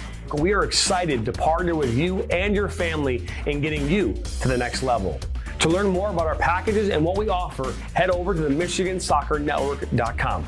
Remember, your journey starts with a click. Our mission is to help players take their game to the next level and reach their potential. Not only do we help develop fundamental technical skills such as ball control in tight spaces with different surfaces, dribbling at speed and changing direction, using a variety of 1v1 skills to create space, receiving on a half turn, hook turn, and out of the air, finishing off the dribbling, one-touch, volleys, and headers. We help players get comfortable performing these skills at game speed, with pressure, and with both their dominant and non-dominant foot. In addition, we help players with their speed of play, awareness of space, defenders and teammates, and also dominate with our off-the-ball movement. We offer a variety of services such as one-on-ones, small groups, large groups, as well as team sessions. We have an experienced coaching staff that is professional, friendly, patient, while still holding players to high standards and holding them accountable. No matter what level you're at as a player, I'm confident we can help you get better. Over the past 3 years, we've built one of the best soccer-specific training facilities in the country and developed one of the most detail-oriented programs to help out players. Visit our website.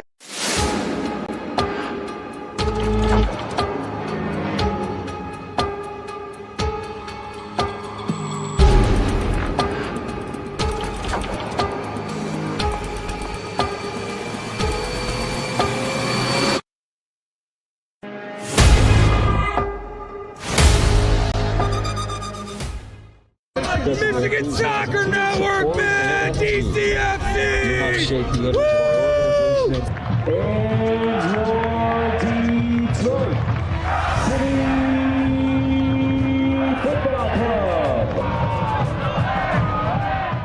The sights, the sounds of historic Keyworth Stadium. There's nothing quite like it. Each week, Jonathan Turner and Neil Rule will break down the most recent Detroit City FC USL Championship match, taking a look at the Eastern Conference standings, looking ahead to their upcoming match, and much more. Watch the Detroit City FC recap show each week on the Michigan Soccer Network.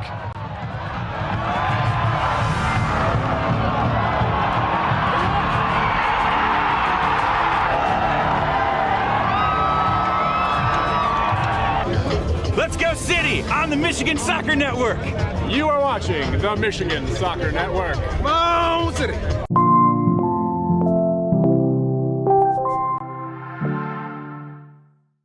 Now Worrell has a good cutback from him. He'll fire one, and that's going to go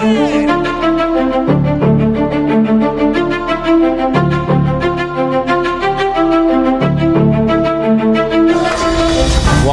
here into Swinehart Field as taking a look here at the highlights here from the first half. As this was a great opportunity from Blah, and McNeil able to bring that one in. Here's a look at the goal. Put away. Just like that. 1-0 is the score. Jonathan Turner alongside Dan Stickrett. Welcome you back here into Swinehart Field. Is moments to get away, getting things back underway here from Swinehart. Game 3 of 4 games here this weekend for us on the Michigan Soccer Network. And looking at that first half, Dan, you know, a 1-0 lead here in favor of Oakland County FC. Markovsky puts it in, but some chances by both teams there in that first half, but only one to show for it for Oakland County. Yeah, I said right before we took our break, Union has that 6-5 total shots advantage, but both teams only traded off 3 shots on frame. Both teams only have 1 corner kick. July has 3 saves for Oakland County, and Colin McNeil has 2 saves for Union SC MACOMB, and Oakland County scored that 9th-minute goal on a rebound shot from Alex Harkowski. The game's only goal. We're just seconds away from the start of the second half. This is the season finale for Union SC MACOMB. Oakland County FC does have a makeup game on Sunday to complete their 2024 campaign. But both of these teams do have a shot of finishing 5th in the final standings. As we talked about earlier in the broadcast, the Flint City Bucks and Midwest United out of Grand Rapids have already clinched the 2 postseason berths out of the Great Lakes Division, which has 8 franchises. So those 2 teams will play next Friday in the Central Conference semifinals. We are back underway here from Swinehart Field. Jonathan Turner alongside Dan Sticker. Oakland County FC from Royal Oak, Michigan, taking on Union FC MACOMB, based out of Shelby Township / Utica / Sterling Heights / MACOMB County. Yeah, Union's played their games at multiple locations. It's brought up here by Algaro, and we saw Jokai being taken away in a vehicle as this ball played in by Galati, who's now playing much further up the pitch. So some changes here offensively for Oakland County as Blah gets kind of tied up, but one back now by Union FC MACOMB. They're wearing their white kits here going left to right on your screen. Oakland County in their black and purple kits. As that was Copeland, who's now on the pitch here for... You mentioned Yokai. He had that ankle injury just outside the box midway through the first half. There was a good 3 or 4 minute delay. He did not walk off of his own accord. They carted him off in the vehicle. Possible right ankle sprain or worse. As he's being checked out. So up that far side, here comes Oakland County FC. Ball taking that near post. That McNeil makes the save. It was Makuka who brought that one up. So 3rd save of the night for Colin McNeil, the former Vardar Academy product, now at Hartford. Take a look here at the replay. Put right that near post.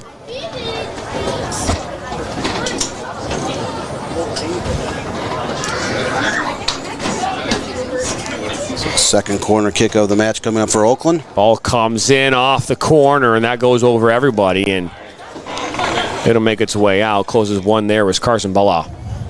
So wasted opportunity for Oakland County SC on that corner kick, just their second of the match, but they have that 1-0 advantage here. We're just 2.5 minutes into the second half.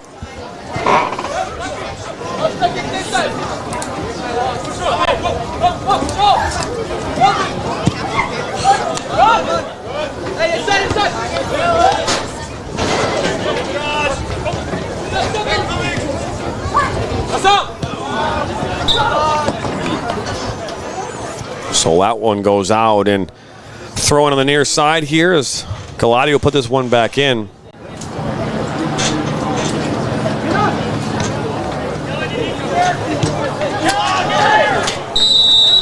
It's now a hard whistle from the referee.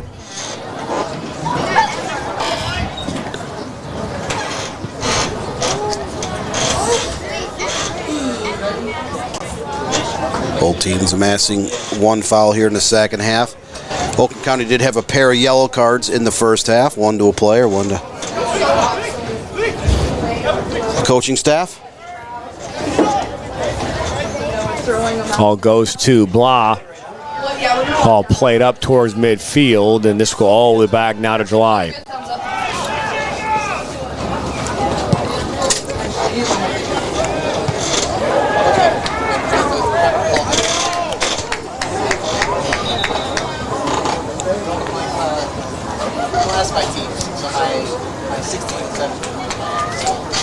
Another hard collision. Like that's Makuka is down now.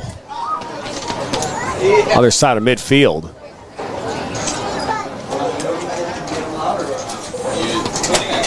Trainer jogs out to check Makuka out here in the 50th minute. So 4 minutes and change into the second half.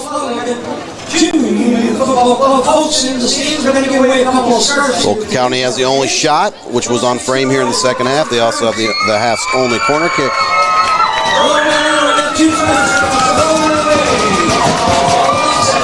Public address announcer Tom Murch getting the fans all riled up here at Swinehart Stadium. Just across the street from Utica High School here, north of downtown Utica, Michigan. About 21 miles straight north of downtown Detroit.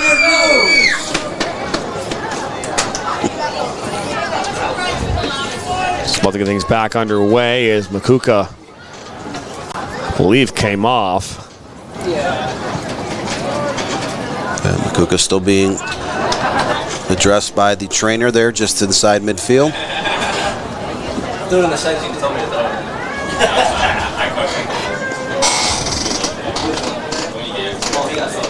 They lost Jokai in the first half. Now Davis plays this back to Goulding.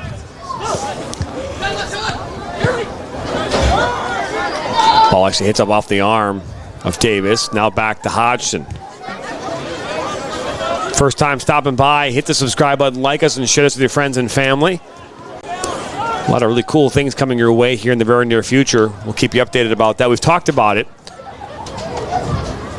We have officially started testing the Roku there, Dan. So this game right now, for example, is rolling to Roku. Obviously, we have not made that public, but we are testing it in real time. As Townsend went down, this is played back by Yamazaki, and only now back to July. Not been really busy tonight, has been July. There's 3 saves on the night for July as we're now in the 52nd minute.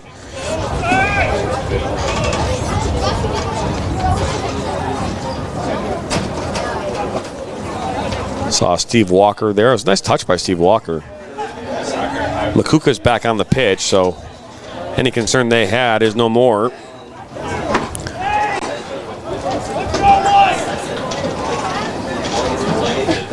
The question of the night now, Dan, becomes what do we eat here after this game?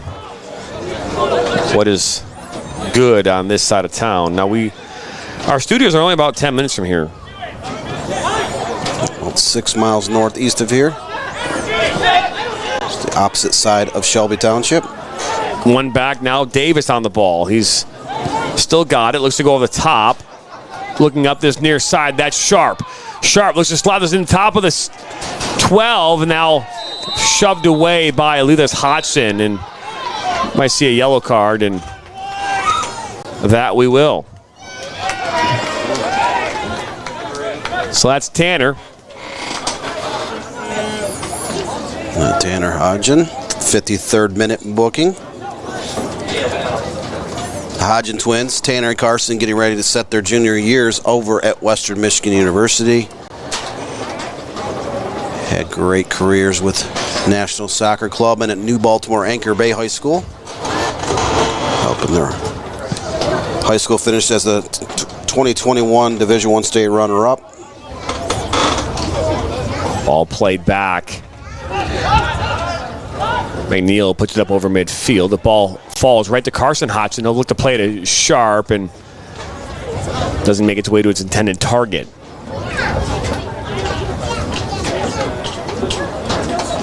Jeremy Sharp, Michigan State product. It's been hot as of late the last few weeks. One of the leading goal scorers for Unit SC MACOMB had a pair on Wednesday and a 3-1 upset over Flint City Bucks, who are ranked second in North America in the power rankings entering the week. Union knocked the Bucks from the ranks of the unbeatens. There are only about 6 teams left with undefeated records here in the final weekend of the regular season in the USL League 2. Flag goes up. Not quite sure what was for, but either way. You know, during the halftime break, we had a chance, the referee, assessor, evaluator, as you might call them. They, you know, every game of USL League 2, USLW, Nice, you know, the higher level games, those referees, they're assessed, they're evaluated after, throughout the game. As Hodgson inside to Davis. Davis now looks to slot it across, looking for Copeland. That's intercepted, but came over, explained to us. Same thing as it was explained to us via text. That, you know, if a player is playing the ball, they go for it, hits off their head or their foot, that would negate the handling. We just talked about natural motions of the body. If it connects to the again, that was not called arm. that's new. That was not the case because we've seen many times over the years where players will be going for a ball, hits off their head, hits their hand, and so that's a new interpretation, which is great by me. Just wish they would have sent us a memo. So I didn't get that memo. It's Blah now on the ball, plays inside. Makuka back to Blah. Blah. Down by the end line, a good battle. All for a goal kick.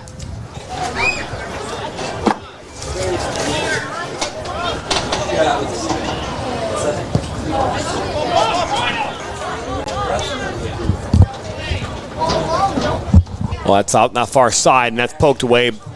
Davis did a good job there to get the edge. Down by the end line, draws the corner.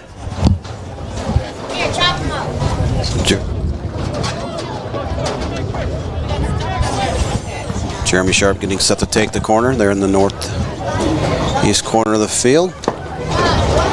The Michigan State product has been taking a lot of the set pieces as of late for Union SC MACOMB. Ball comes in. Out comes July. He'll get a touch on it. Ball falls right top of the 18 and up and over. It's a good look. So that one fell right to number 10 and Richie Ludwig the fourth. We'll look here at that missed opportunity from Ludwig. July punches it away.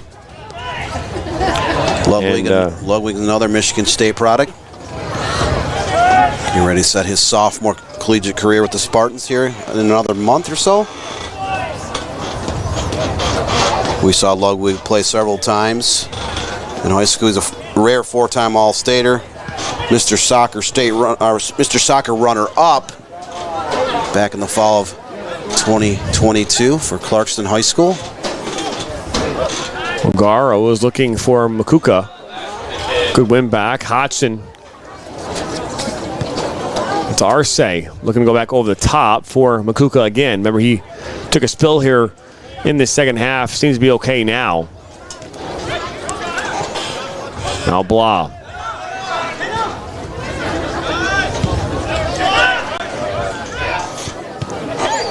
It's Combs. Mizaki. 58th minute, Oakland County FC still clean on that 1-0 advantage. Both teams only having one shot here so far in the second half. Settled down now, Davis. He's got inside for Copeland. Copeland didn't know if he was getting that one coming back to him or not, but it's now Galati into Blah. Back to Galati. Copeland plays his collegiate ball over at University of Troy Mercy, so all 5 of the Division I programs in Michigan well represented between these two sides tonight at Swinehart Stadium over by Utica High School. This is Utica, Michigan, right, Dan? I mean, I know it's like Shelby, Sterling Heights, Utica. They're all kind of intertwined. There's Auburn Hills down the road a little bit. I mean, it's hard to tell which city I'm in as this ball is played in by Hodgson over Galati right to Jeremy Sharp. Sharp inside the 18. I look to slide it across. Ball is loose just at the top of the 18 and cleared away right to Melvin Blah. Nice cross by Sharp. Just a little bit too much traffic and congestion there just inside the box. Oakland County now on the counter.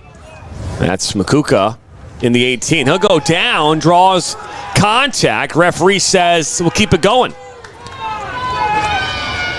Oakland County FC faithful not happy with that no call, but probably got to do more to earn that one as Dylan Davis now has the ball up on that far side. Bala was there defensively. Back to Hodgson. Looked like the Oakland County FC player initiated the contact on that one inside the box. Referee waved it off. Now as Union is on the counter. So Klein plays it back into Hodgson. Now Davis. Davis will fire one that goes well wide and high. Second shot of the second half for Union FC MACOMB. Both of those off target. Is Rob July, the goalkeeper for Oakland County FC, only having to make 3 saves on the night. All 3 of those saves coming in the first half of play.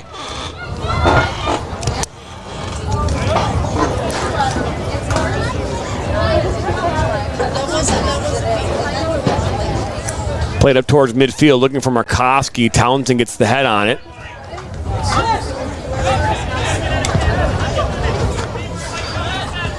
Good step in there by Goulding up this near side. Now ball right at Sharp. Looks to play it back towards Goulding. Good run from Goulding down by the end line. Looks to put this back post, and that's headed up in the air. And July comes up with it. So Union FC MACOMB knocking on the door, unable to convert on that chance. That cross was cleared out of the box. Seeing more consistent pressure here from Union FC MACOMB.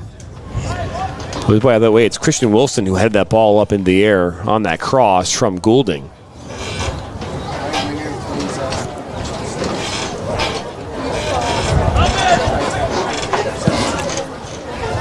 Play it towards midfield. Markowski, he'll settle it down. Looks to go over the top, looking for Makuka.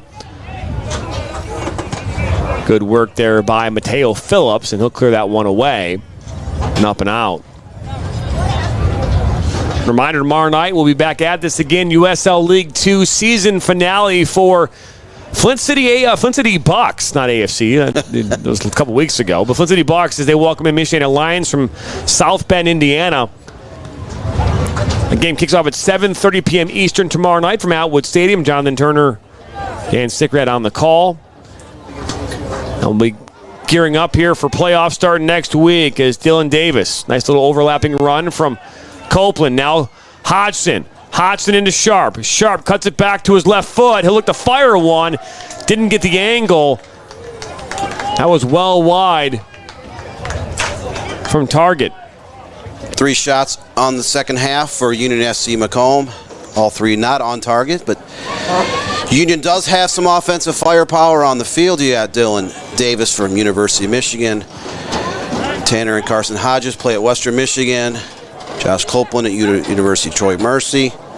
Richie Ludwig and Jeremy Sharp at Michigan State University. So they are pieces of the puzzle, just unable to connect on very many shots on frame here in this contest. So Oakland County FC has been on their heels a lot as of late, but they still have that 1-0 advantage. So we're now in the 63rd minute. Townsend gets a head on that as it's about to go out and ends up going out as Makuku is right there as well as Goulding. So we'll see a corner kick here. Not any corner kicks here for Oakland County in this one. I think it might be their third one, Dan. Third one of the contest for Oakland County, second of the second half.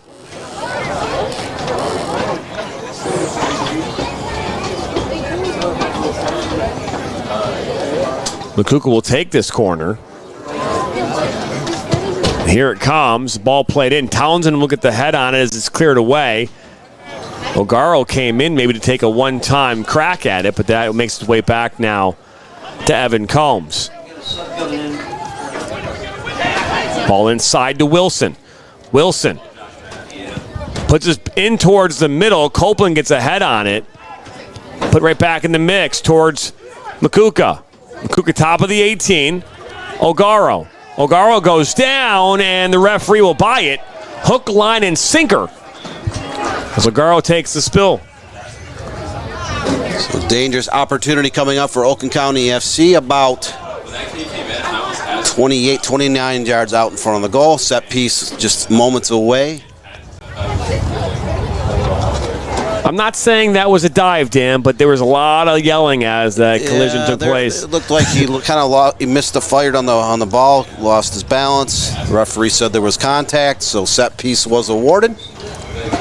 So we got 3 players from Oakland County standing over this one. Ogaro along with Mukuka. I believe Blah is standing there as well. So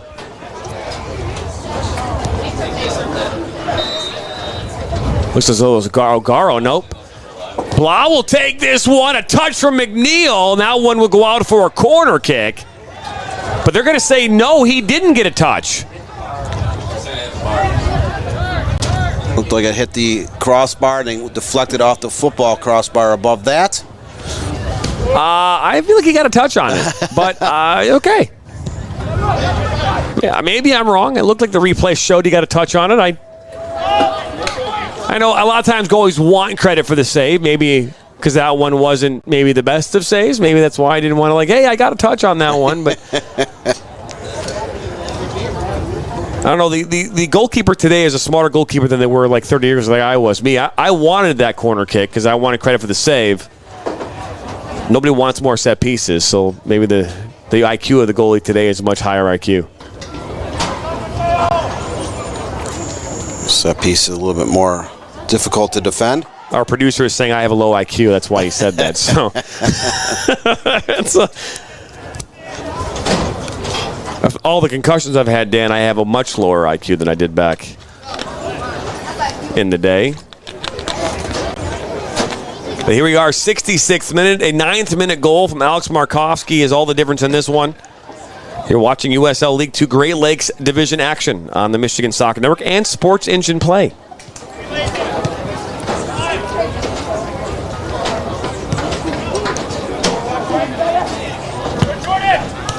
Ball makes its way kind of off Markovsky, and now Goulding will look to clear this one up towards midfield. Davis is there along with Galati. Davis will win that fight probably 9 out of 10 times. He's got about a foot on Galati. Galati's a very physical, very intelligent soccer player, but it's hard to beat 6'3" versus 5 foot. I'm not sure how tall Galati is there, Dan. Maybe you might know. Galati is probably about 5'9", and yeah, you're right. Yep. Dillis is around 6'2", 6'3". Oh, look at this. Blah puts it in and right towards Markovsky, but didn't make its way to its intended target, and that looks like a foul for. As at the end there were some extracurriculars. I believe it was Mukuka, and now Green is telling Mazaki to get out of here. That's literally what you said, get out of here. So Carson Hodgin was knocked down, set piece back in Union FC MACOMB's territory. Zach Townsend, we talked in the pregame, was once an all-state forward at Oxford High School. He entered Oakland University a few years ago as a forward. He's now been converted to a center back with that highly athletic 6'4" frame.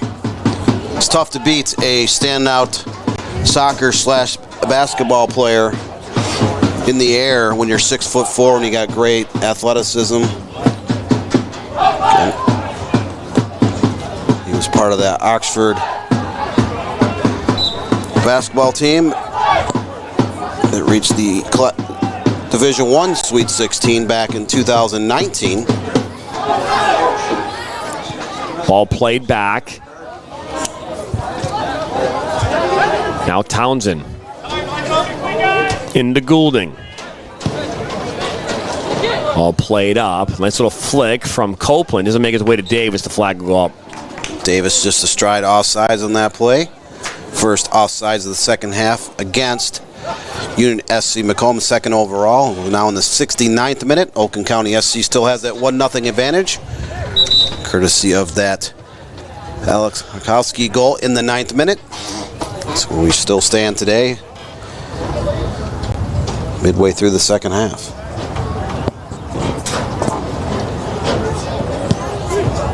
Found out here that next week, again, I believe it'd be Fort Wayne, as we'll be playing Midwest United next week, is ball played by Blah towards that back post. Markowski up and over.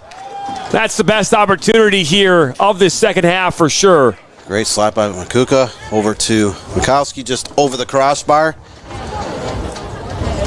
Third shot attempt of the second half for Oakland County FC, just off target. We're now in the 70th minute. Oakland County looking to add an insurance tally to their 1-0 lead, and Union SC MACOMB trying to net an equalizer here. We're down on about final 21 minutes of action. Ball played in to Hodgson. He'll take a shot. What a save by July. That was earmarked for the right side, lower part of the goal, and he pushes it aside for a corner. Great strike by Tanner Harson, just unable to connect that into the back of the net. He had to fully extend, did Robert July. An absolute brilliant save by July. Ball comes in off the corner. Ball still inside the box, popped up now as Blau will try just to knock it out. He'll get it back. A well-struck ball from Tanner Hodgson from about 30 yards out. July makes a great diving save.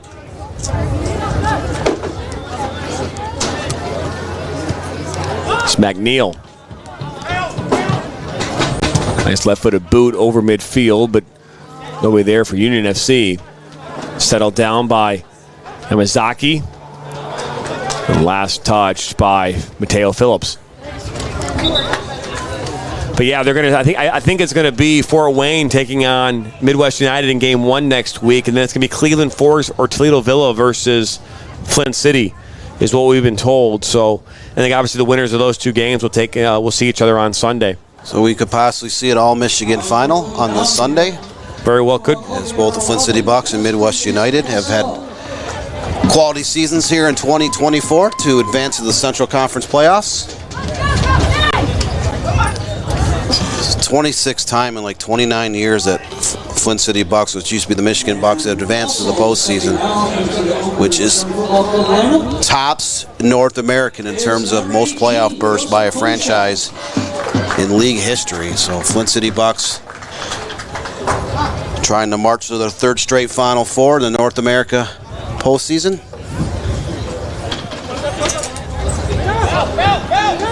The Bucks have won 4 North American titles in their illustrious history. So Joseph Palushai stepping in here for Alex Markovsky, the goal scorer, so his night is done. But a free kick coming up here for Oakland County. They're inside of 40 yards. So this is about 34 3/4, Dan? About the same thing as Harry Potter, right? And then was it like I'm not sure. Was it? What? It's like 8 3/4. I don't remember what the street was. Like there's like a name for it, the number. But anyways, ball comes in. Townsend gets a head on it. For all my Harry Potter faithful out there, I watched the movies, but most of them I fell asleep in watching. Yeah, so I never made it through a Harry Potter movie in my life, so I'm not sure about a lot of the details of those movies and shows. For those of you who are watching, if you know what I'm talking about, I mean, I think there's a 3/4 in there somewhere. So I think it's like the bus stop or train station stop, something like that. But so Makuka will put this one in towards Palushai. Wilson was there in the box and a one-time crack at it. That goes wide by Oakland County. And Hydration break coming here in the 73rd minute. Dan, it's time to get some water. It is, as both teams had 4 shots and 1 on frame here in the second half. Both teams also trading off 2 corner kicks. But the goal in the 9th minute is the only tally on the scoreboard. So we're in about the 74th minute. A quick water hydration break. We're going to stick around for after the game. We're going to have the Union Football Club of Macomb signing autographs after tonight's game. So pick up some t-shirts. So actually take a look here at the goal that was scored back here in the 9th minute. Put away there by Markowski. Just under 17 minutes left here in tonight's contest, so stick around. Great game here. Markowski on that rebound goal from close range is the only tally of the evening here at Utica Swinehart Stadium. It's only in the mid-70s out there, but thank God no more rain. We had quite a bit of rain here the last few days, and really since the month of March, a ton of rainfall here in southeastern Michigan. A lot of the rain we've had this week was the aftermath of the hurricane in the southern states. We kind of fish hooked up into the Midwest, across Michigan, Illinois, Indiana, and Ohio before cruising back towards the Atlantic Ocean. Players get back on the fields. We'll resume play here in the 75th minute. That quick hydration break has come to a close.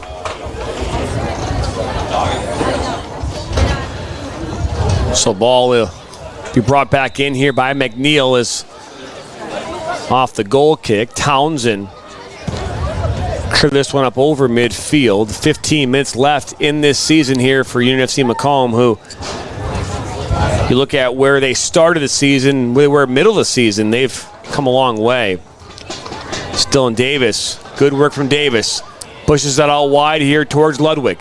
Ludwig, ball on his left foot, takes a shot towards the far post, and July makes the save. So 5th save of the night for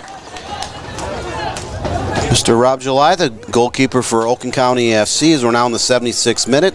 July and company are trying to protect that 1-0 advantage. The Union FC Macomb now has a 5-4 shots advantage here in the second half. 11-9 overall.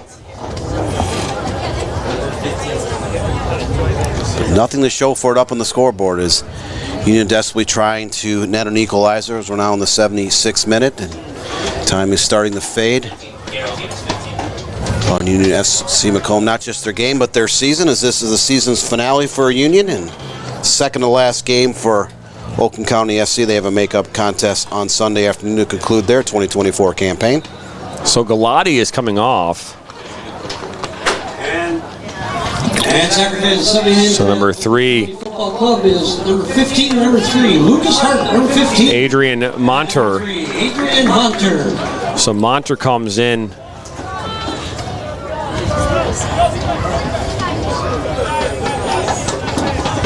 As well as Lucas Hart. So 3rd foul of the second half and 12th foul overall against Oakland County FC. Sets up Union FC Macomb about 27 yards out in front of the goal. And they will look to Mr. Set Piece Jeremy Sharp to take this one as well. Looks to stand over this one. He does. Puts this one, off the upright. July comes in, makes a fantastic punch. This ball put in through traffic at the flex. Sharp bent that up and around the wall. Just hits the upper 90 joint of where the crossbar meets the goalpost. It falls down, and Oakland County SC escapes danger once again in the 78th minute. Just a great opportunity for Jeremy Sharp. Just a couple inches too high. Now Oakland County looks to counter. Fantastic strike there from Jeremy Sharp. July, all he could do was look at it as it went off the woodwork, off the crossbar. A couple inches down, and that ball winds up in the back of the net. Just a little bit unlucky on Jeremy Sharp, the Michigan State product. Scored a pair of those from outside the box during Wednesday's 3-1 upset win over the Flint City Bucks. Today he's had a couple of those opportunities just... As the ball comes across, that was well wide. Got to give a shout out here, Dan. Yesterday, our 15-year-old producer in Brianna had her tonsils removed yesterday at approximately 10 o'clock in the morning. And she is home recovering right now. And I want to give our thoughts to her. She's done a great job here this summer, as well as Nathan as well. From our producer's ball, slide it back towards top of the 18. Hodson was right there. Yamazaki plays it into Hart. Back to Yamazaki, now out here to Monter. Looking up top towards Palushai. But she's home resting, recovering from the tonsillitis, eating a lot of ice cream and yogurts and popsicles, and trying to keep her nice cool items, going down so she can...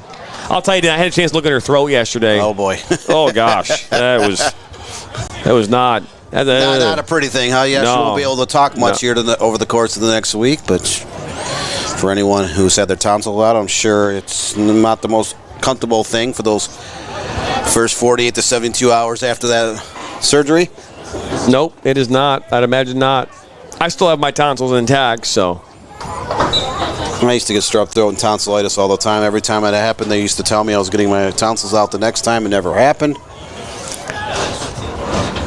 So Random Aussie says platform 9 3/4 is a secret platform at King's Cross Station in London. So there you go. I knew there was 3/4 in there somewhere. I figured someone might have an idea about that movie. Yep. There are like 19 movies, so I mean, Should I say movie series? He's in 7th foul in the second half against Union FC MACOMB. So we're now in the 80th minute.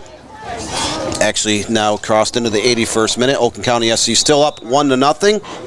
They scored in the 9th minute. Yamazaki just got a yellow card.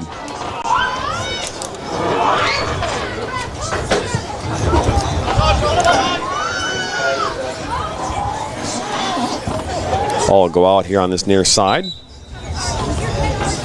Union FC MACOMB had those two Jeremy Sharp free kick goals in the first half, and they scored a third goal against Flint City Bucks when the Bucks had their entire team pushed up. Able to score a breakaway goal in the 88th minute. But today there's been a lid on the back of the net, so they have been unable to beat Oakland County FC goalkeeper Rob July, who has 5 saves on the night. So we're now in the 81st minute. Good defensive work as that was out for a corner. Third corner of the second half and 4th overall for Oakland County. So they are looking to try to create a little magic here in the box and add an insurance tally late. Some burst of energy there from Justin Castle. He's a substitute here. Came on here a few moments ago. I believe he came on in place of Makuka. This ball played in. Ball played out wide. Ball put back in towards back post, up over everybody, including Palushai and Goulding. So last 10 minutes here, Dan, of this USL League 2 season.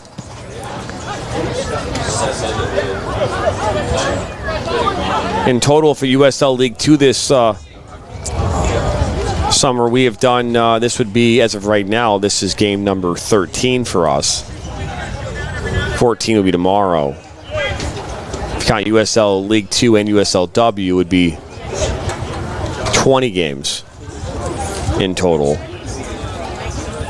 And the USL League 2, which for years was the premier developmental league, but record 128 teams in the U.S. and Canada suited up with goals of trying to make the postseason. The Flint City Bucks, Midwest United, both out of the Great Lakes Conference, have clinched those berths. As Union SC MACOMB's inaugural season will finish up here in less than 10 minutes, and Oakland County SC will finish their 2024 campaign, their 4th year in the league, on Sunday afternoon. So who will be the last team standing here in another 3 weeks or so remains to be seen. Could it be a team from Michigan, Flint City Bucks, or Midwest United, which has qualified for the first time in their franchise history, just the 3rd year in the league for Midwest United, which is based out of Kentwood, Michigan, just outside of Grand Rapids. They are 10-3-1. They finished up their league season about a week and a half ago and are set for their inaugural postseason berth here in the Central Conference Tournament, which will be next Friday and Sunday up at Atwood Stadium in Flint, Michigan.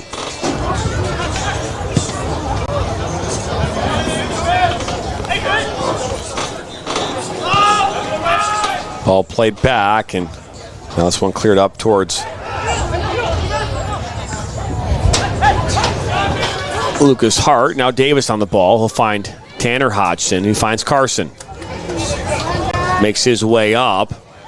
Good work from Hodgson. Down goes 2 players for Union FC MACOMB. Now another yellow card coming out. This time, I think it's going to go to Yamazaki, who just got a yellow card here a moment ago.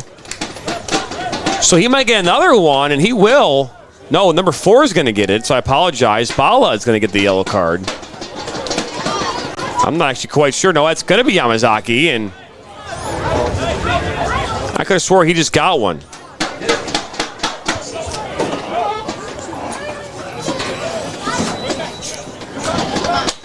The referee still discussing with some players. Either way, a free kick. We just saw Jeremy Sharp ring one off the crossbar here. Similar situation. Just this one's about a yard farther out, so about 28 yards out. But he took one up the upper 90 off the woodwork and about 10 minutes ago. The ball came down just inside play, and Oakland County SC was able to clear the ball before Union FC MACOMB was able to get a rebound shot. But another great opportunity coming up here. Now we're getting set to cross into the 86th minute. Jeremy's not even out there anymore, so you've got, standing over this, you've got Evan Baker along with both Hodgsons. Evan Baker plays for Saginaw Valley State University. Frankenmuth High School grad just a couple years ago. Comes the shot, it goes up and over. 7th shot attempt of the second half, over the net. 86th minute. Time is starting to fade, and fade quickly on Union SC MACOMB in terms of trying to tie this game up late. They trail 1-0 in their final game of their inaugural season here in 2024.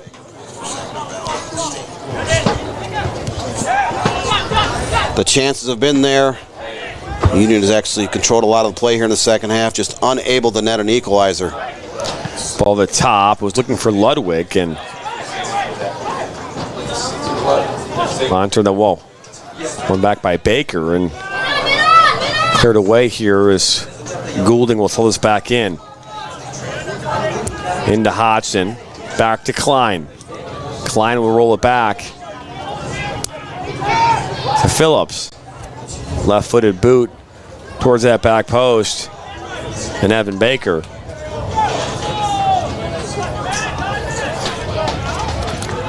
And Soccer fans, just a subtle reminder, just a reminder that Palushai goes down.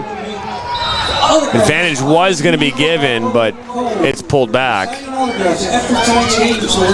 8th foul of the second half against Union FC MACOMB results in a yellow card for Mr. Jordan Klein. This was where he spent 4 years of his high school days.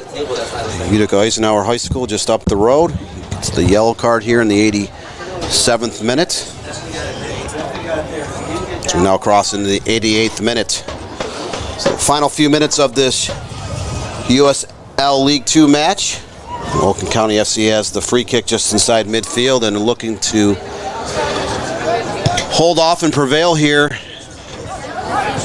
Good head there now as the ball falls to Castle. Now O'Garo will put one up and over. So a shot block and another shot over the post. Excuse me, crossbar.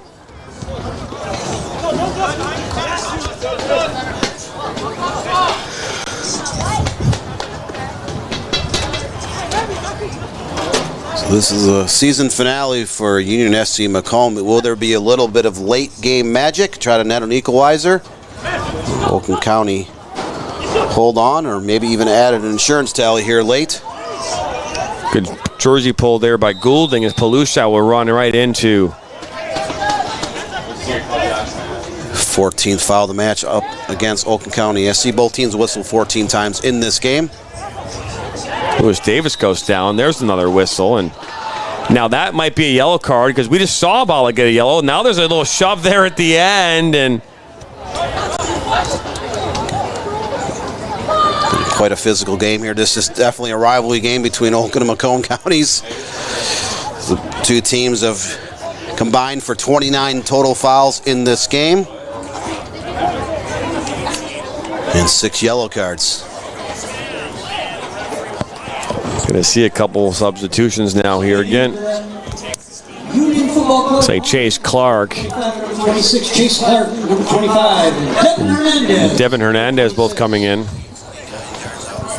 So a couple late game substitutions for Union SC MACOMB. They are desperately trying to net an equalizer as we officially cross into the 90th minute, and they trail Oakland County FC 1-0. Jonathan Turner alongside Dan Stickerat here is Goulding will put this one back in as we are ever so closer to the 90th minute. Well, we're on the 90th minute towards stoppage time as this ball is played in. Oh, headed away and cleared up by Lucas Hart.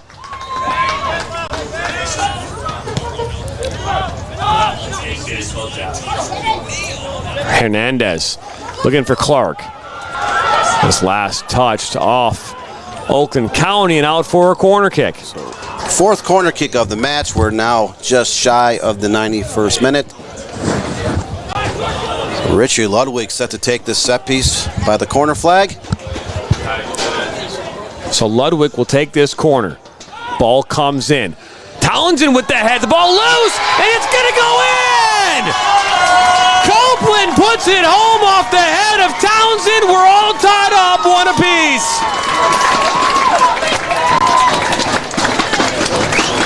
So literally 1 second before stoppage time, Richie Ludwig serves in the corner. Zach Townsend heads it towards the goal. And Joshua Copeland there from about 1 yard out to strike it home.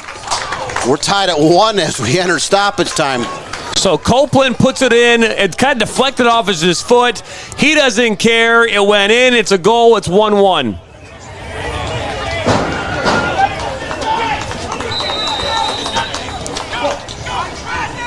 So 4th shot on frame in the second half, 7th overall for Union SC MACOMB, results in a Joshua Copeland goal. The University of Detroit Mercy product ties this game late, literally 1 second before the beginning of stoppage time.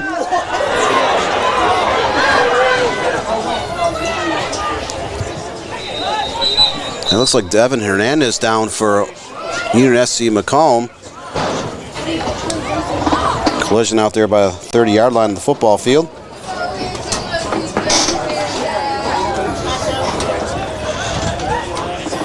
Get how much stoppage time do they add? Anyone know?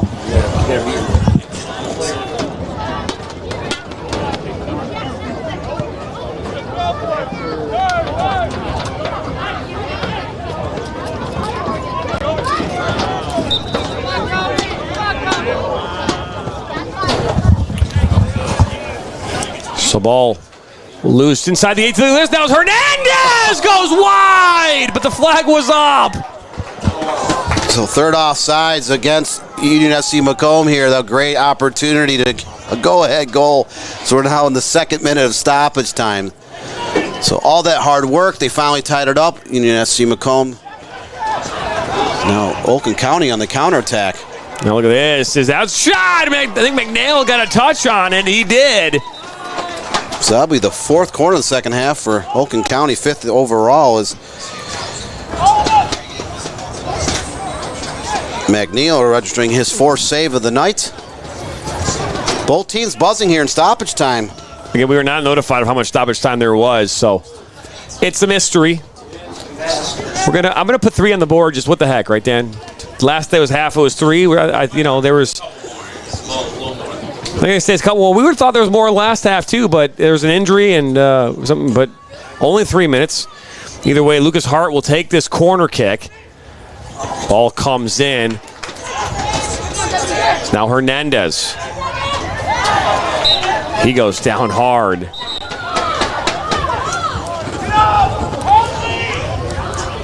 That goal coming in the 90th minute. I think +1, Dan, is. Ball kind of falls now to Carson Hodgson. Rebound goal as the stoppage time was getting ready to begin. So if it stands this way, both teams will get a point onto the tally in the conference standings. Which Union FC doesn't have a tie. That's to be their first tie of the season. So when end with him making sure you've got points in all 3 categories, I guess that's, or maybe a tally in all 3 categories, not points, because you can't get points for losses. But you get the idea. Regardless, we're in the waiting minutes here of stoppage time. Any late match heroics? Ball goes to Clark. Clark finds Hernandez. There's a gap. Hernandez into the 18. He goes down. That was all ball, I believe. And out for a corner. This will be the 4th corner kick of the second half, 5th. Look at this. This is the replay. And that's all ball. Great defense there by Bala. As here comes the corner from Ludwig. Ball comes in. July just over his hands. And they're gonna say it went out before it went in. Or in before it went out. There can't be much time left on the clock. The referee sorting things out, but it'd be a goal kick coming up for Oakland County SC. They just surrendered that goal. Well, I guess there it is, Dan. That's the finale. So Oakland County SC took a 1-0 advantage. Conceded a goal just a second before stoppage time. Junior FC MACOMB will conclude their inaugural season with a draw. Oakland County SC will have one more game on Sunday to conclude their 2024 campaign. Both teams walk away with 1 point in the conference standings. That they do. Is we've got fouls and opportunities here in this one. It was a great game, Dan. It kind of came together here in the second half, though, as things started to kind of pick up for all the teams here, both teams. As you can see, that's the last one. And again, just looking at how this game kind of shake up, man. Both teams combined for 31 fouls and 6 yellow cards. Goal apiece, 9th minute for Oakland County FC. 90th minute, literally 1 second before the beginning of stoppage time for Union SC MACOMB. Those were your 2 goals. The players shake hands, so the inaugural season for Union SC MACOMB has come to a close. With a 4-9-1 record, Oakland County SC does have one more game as USL League 2 will conclude its regular season this weekend. All 128 teams know where they officially stand come Sunday night, and the postseason will begin with the 4 conference championship semifinals. So the Central Conference Championships will be Friday and Sunday up at Flint Atwood Stadium. The Flint City Bucks and the Midwest United, both from the Great Lakes Division, will compete along 2 other teams from Indiana and Ohio.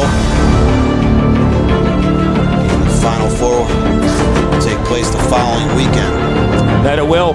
The final score for one final time here from Swinehart Field is 1-1. A 9th minute goal from Alex Markowski, and then a 90th minute goal +1 by Mr. Joshua Copeland. This game ends in a draw, and we will send it out of here with the goals here from tonight's match.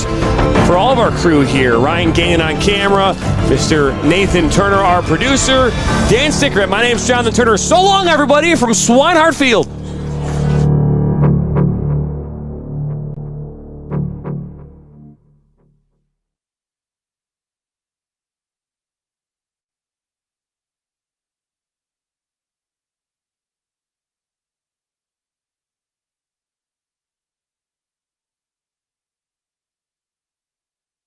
In for Baccarat, and that goes in! Hugo Baccarat gives Buckley, oh, the ball falls to Buckley. One-on-one with Etheridge. What a save! Welcome into the first ever MSN All-State Media Day for girls soccer. Jonathan Turner alongside Dan Stickrett. Ball comes in, a good hit! 1-0. Shot, another save from Etheridge. Rebound, and it goes in the back of the net. The Bulldogs up 1-0. Burzma, but then for Vlasma! 3-0. Stewart Heights with a shot! Upper 90 and in! Effectively today here on the Michigan Soccer Network, we are launching our new division of player recruitment videos. Mario Canoe now finds Stock. Got a left-footed banger. He shoots it, and it's in! The Red Hawks equal!